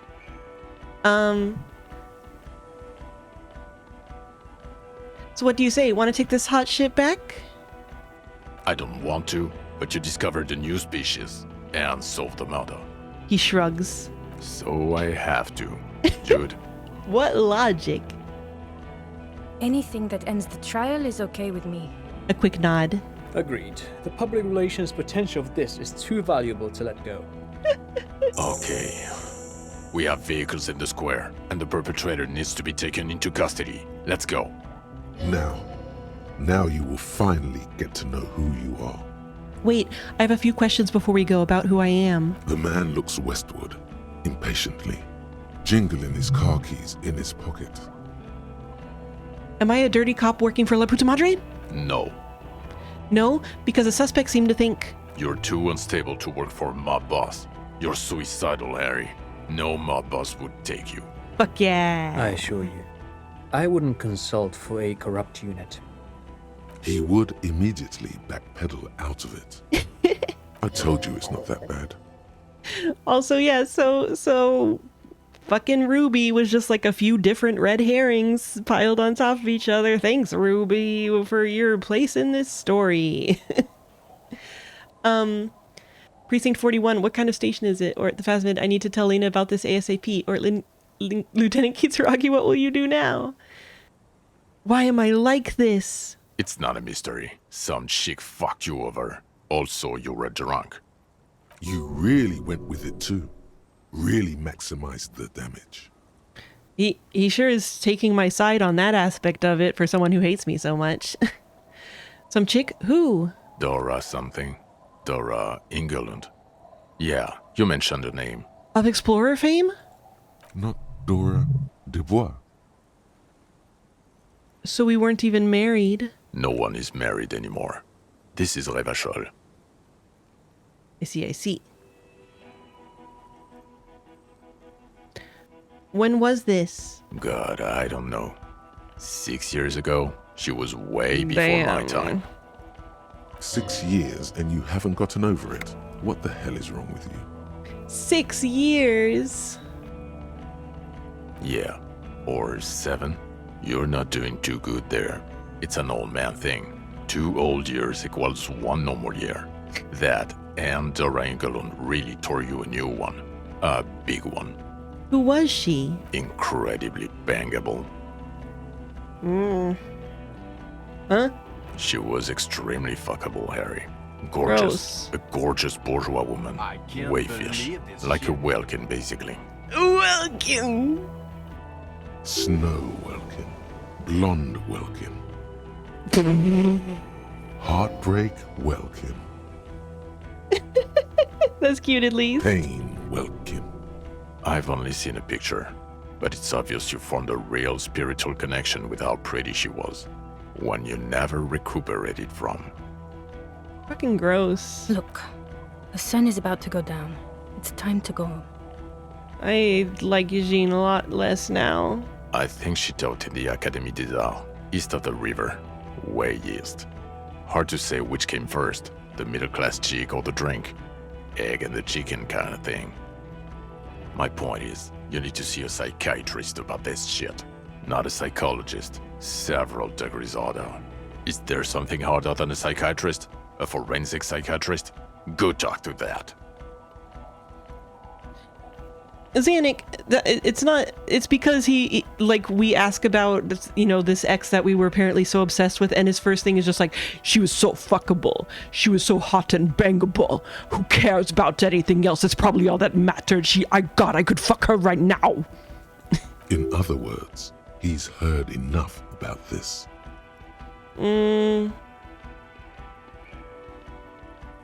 Precinct 41, what kind of station is it? The Phasmid. I need to tell Lena about this ASP. Lieutenant Kitsuragi, what will you do now? Well, first I will go back to my station and write the most detailed report anyone has ever seen. It will have to be good to cover all these. Then I will have a serious talk with my captain. It's not about the woman, as it so often isn't. Who cares? About what? Detective, we just stopped a small-scale war. Something is happening to Revachol. Okay. He pulls up his... I don't know what yet, but collar. it's going to be a hard spring for the RCM. We need to get ready, infiltrate, investigate. Want to do that at Station 41? You want to join us? Talk to Captain Price? I'd rather not ruffle the feathers of two captains with my doom-mongering. No, I'm an investigate. Come work in Precinct 41. Work with Price? I'm flattered, but I don't know if I... Would fit in. And crazy enough. Can take the stress. He doesn't know how to finish the sentence. This truly came as a surprise to him. Not a bad one, but he's at a loss. Flattered? You're Lieutenant Kitsuragi. We would be flattered if you even considered. We don't need your opinion on this, John. I would have to tie things up in GRIH first. But, I mean, whatever is coming, Jamrock will be more central to it than the harbor. The lieutenant turns very serious all of a sudden. And we also have a huge caseload, Lieutenant. Piles that we need to get back to. Mountains, even. I do like... I do like that after all this shit of, like, Martinez being, you know, like, so abandoned by the people in power or whatever. Kim just unironically is like, you know what? Jamrock does seem more relevant than these fuckers. I want to go there. I do like the sound of that. He returns her smile. He's really considering it. Yeah. Who am I? Who are you? You're a gym teacher, Harry. What? Well, obviously you're not a What's gym friend? teacher anymore, but... But before? Before you were a cop, you were a gym teacher in Coron. It's getting really cold He was a outside. coach. Should we maybe... He was a coach. That does explain a lot. Or no way, I was a flagellant monk or a guerrilla soldier / grim gym teacher. That does explain a lot. Harry, it explains everything. The running around, the jumping, the bicep girth, your inexplicable facial hair. The collection of fun sportswear I've amassed. The fact that you don't seem to know what homosexuality is, and your moves on the church floor, which honestly were just jump aerobics. Oh, come on, those were amazing.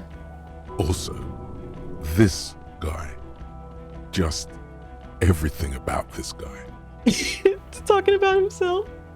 When was this? When was I a gym teacher? Or you said in Quran, I was a gym teacher there? Or why did I join the RCM then? I want to ask that one. The regular. You found some chick. She inspired you to fight the big fight. Be more than you are. All that. Separate chick? You. Same chick? Every morning, walking from Voyager Road to teach gym. She, leaving for the academy with her spring Same coat chick. on. The air filled with the smell of smoke and raspberries and incredible hope. An ocean full of hope. I was obsessed with this girl for years, and she's the whole reason I joined the force, and John doesn't know anything about her besides the fact that she's fuckable, apparently. I don't know.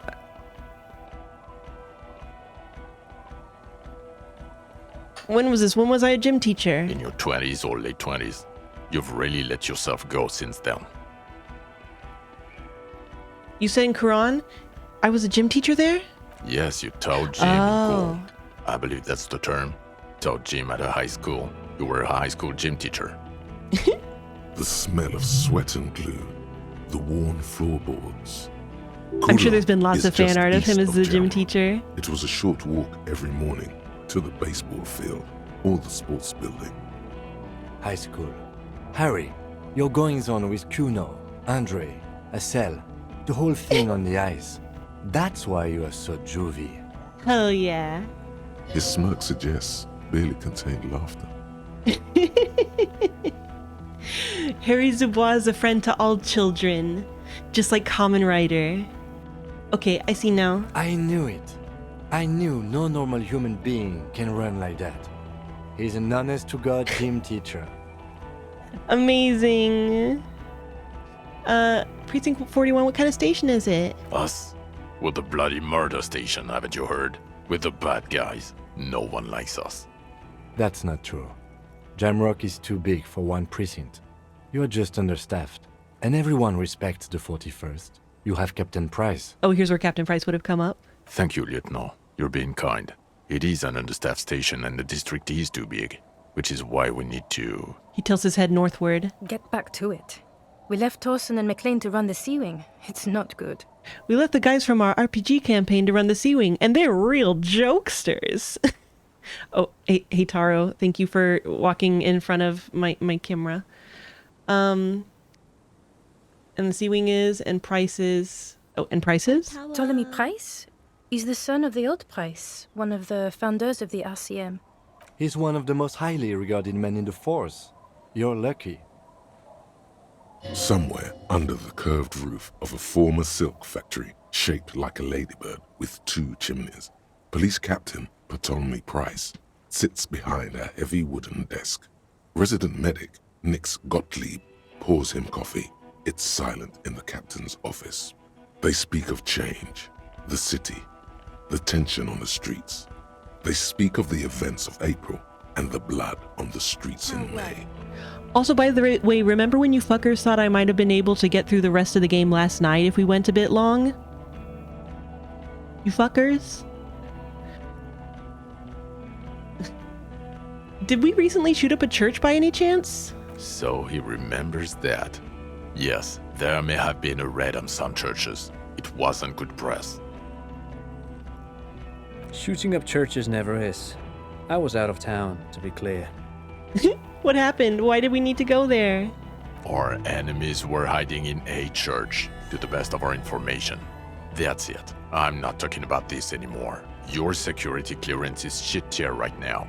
You have to wait for it to go up. He means it. The RCM and its enemies will not be discussed on this coast.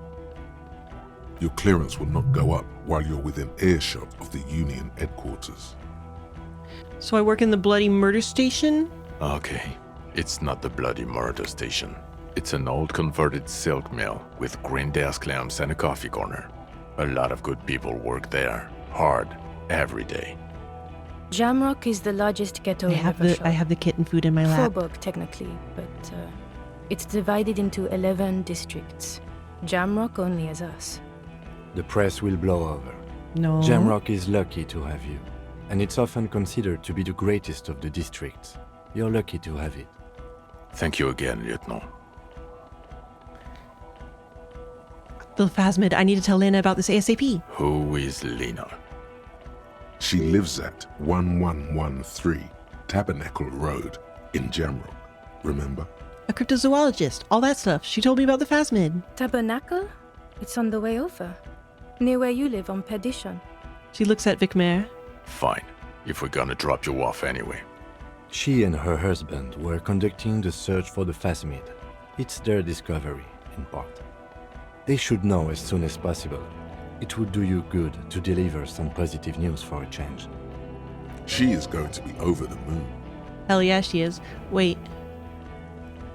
She just said where you live. We don't know that we have a house.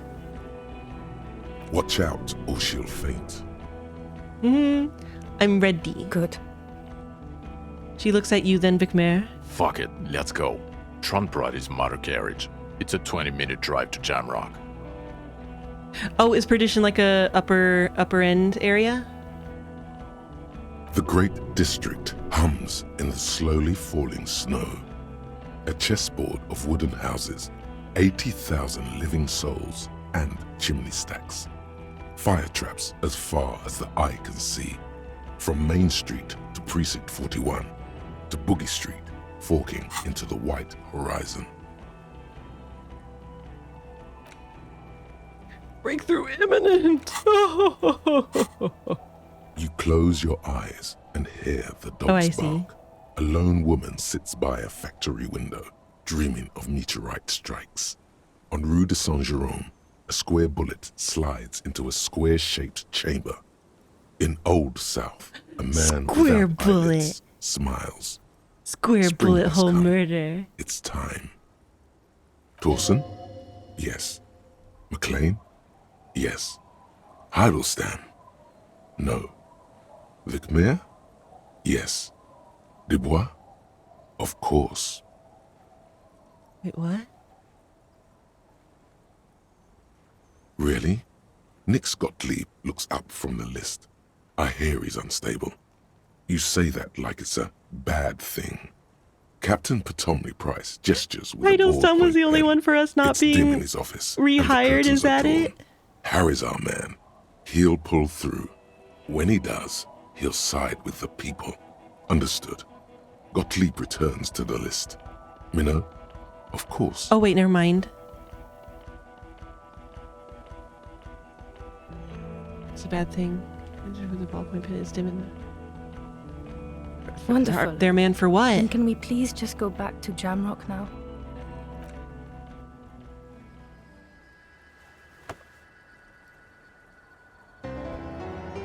Oh, Communist Revolution team.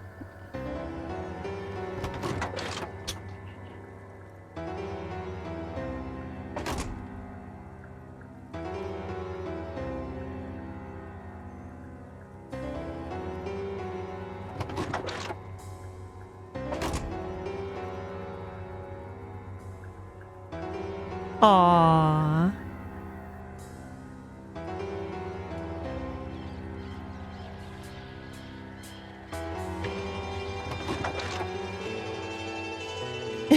My big goofy gloves until the end.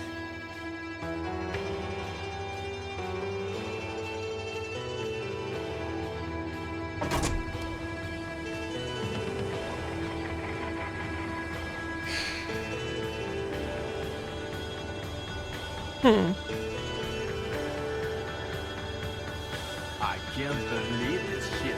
I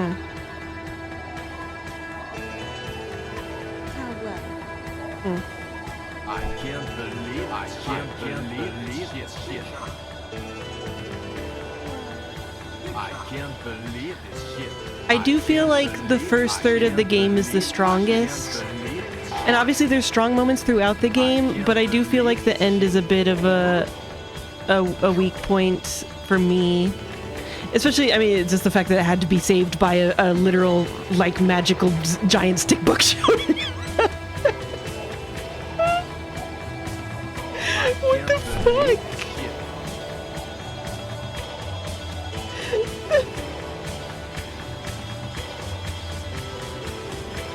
Yeah, I mean, I'm very glad that y'all got me to get Stickbug, because otherwise we were just gonna have a super unsatisfying ending. But as is, we had a very strange ending.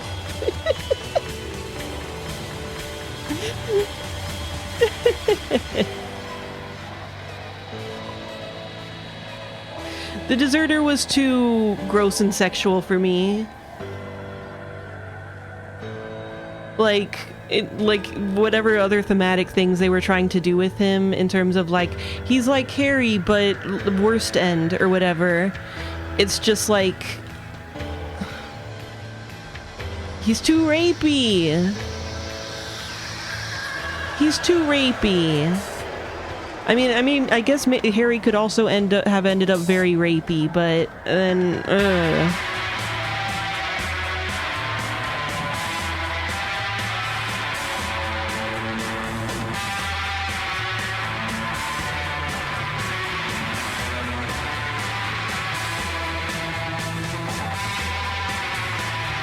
Look, I know that maybe this is because I'm not a bro dude or a dude bro, but I just have, you know, I lack that inherent empathy for rapiness. Sorry. Other people might disagree, but I'm different.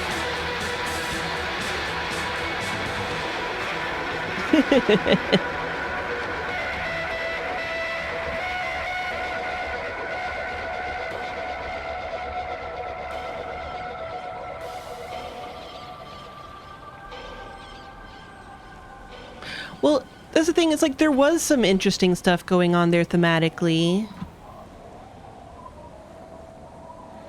Like, you know, with the idea of like him just being so, like all this stuff being so built up for him that he couldn't let it go and stuff. But it's just and then it just got so rapey after. There was so much else going on, and then it just really honed in on the rapiness. It's like how when Everard, like revealed himself to be a villain, how he also started like talking stupider and stuff and then became much less interesting. It's like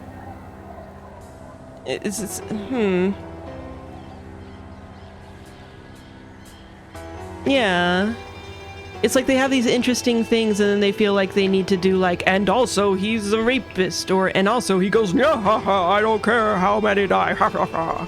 And also that fucking bitch. Wait, they both got super weird about women. Why is everybody gotta get so fucking super weird about women?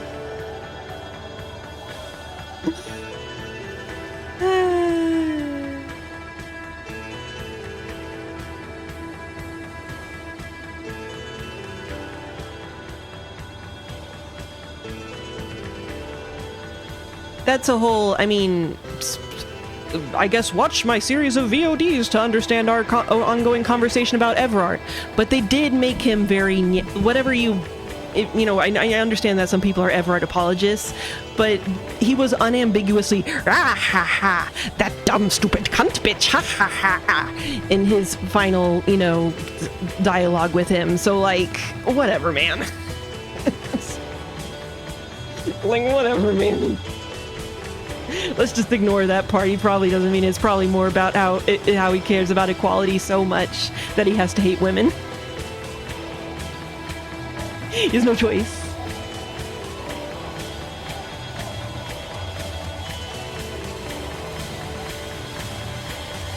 Yeah, and I am very curious to go through as the other things.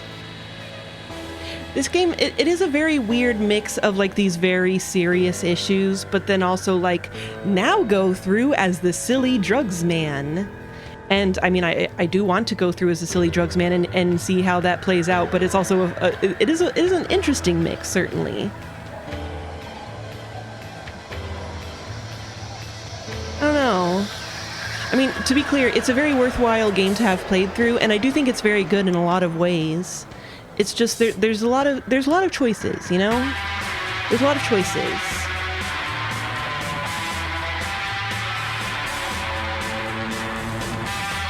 Yeah, I know what you think, Luzon, and I think that you're fucking kidding yourself. So what are we gonna do? We're just gonna have to be at an impasse here.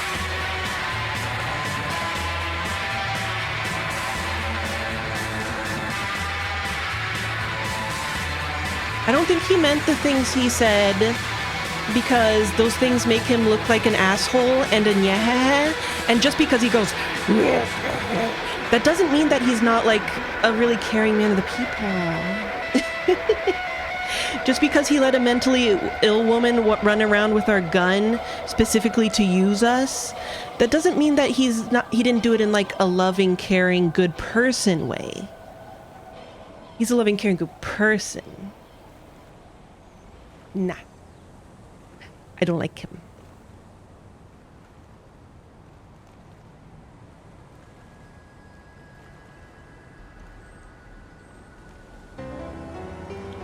Yeah, thank you for everyone who's stayed for this fucking 4-hour stream. Especially, you know, like big fans who might find my takes annoying. Thank you very much for sticking around and giving me a chance.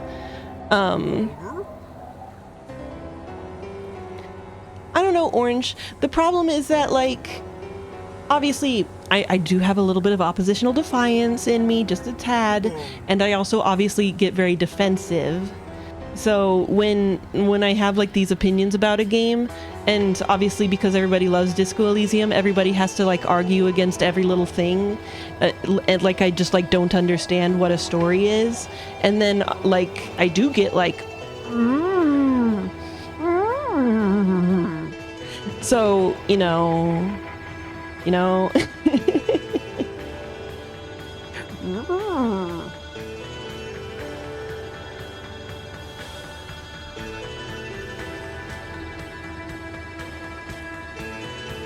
But yeah, no, I mean, there's a lot of really good stuff going on for the game, and I hope a lot of the people that worked on it are able to go on and do other projects and stuff. Like what if they took this kind of system, say? Okay, wait.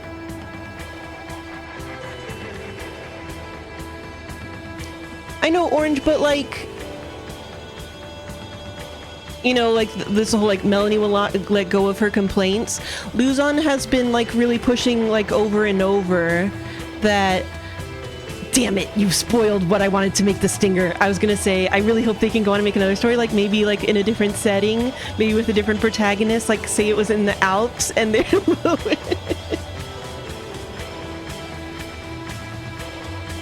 But yeah, Luzon has been pushing like so hard this entire time, like over and over, the fact it's like Everard, no, he's good actually, and all the stuff that he said, he didn't mean it, and blah blah blah, and so I mean, what do you want from me? What do you want from me? But yeah, I mean, the emotional climax, the like true emotional climax of the game for me was with the disco kids, was in the church. That was the pinnacle. That was the peak. Everything after that is just sorrow. I mean there's still some good stuff, but you know, nothing quite brings it all together like that. Also, they said the name of the game, so clearly they understood. Clearly they understood. That was the most important. The Phasmid is also very good. The Moralist Vision quest was also very good, and I am excited to see the others, hopefully. Like, there's a lot of interesting stuff I do want to see. Oh yeah, Kunoes. Can we learn more about Kunoes? Is there like a certain plot line that teaches you more about Kunoes? Yes, the music is very good. I definitely want to listen to the soundtrack later. Not that much.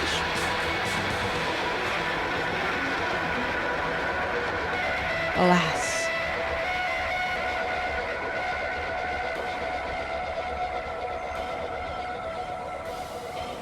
But yeah, I'm sure we'll be talking very extensively about it in the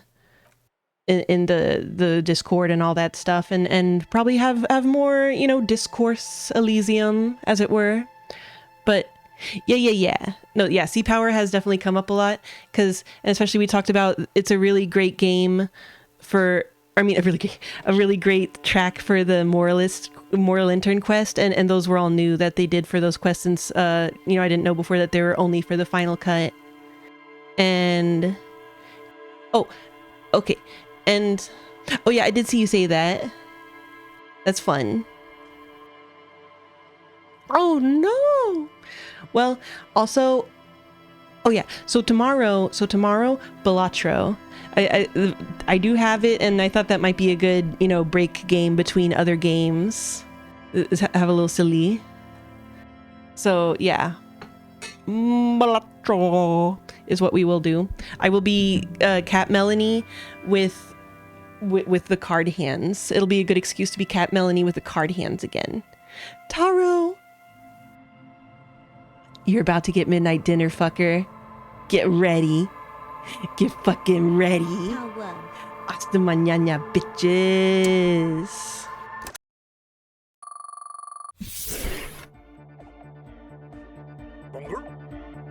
I can't believe this shit.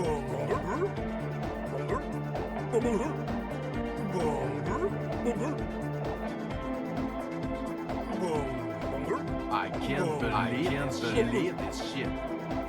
I can't believe this shit. I can't believe this shit.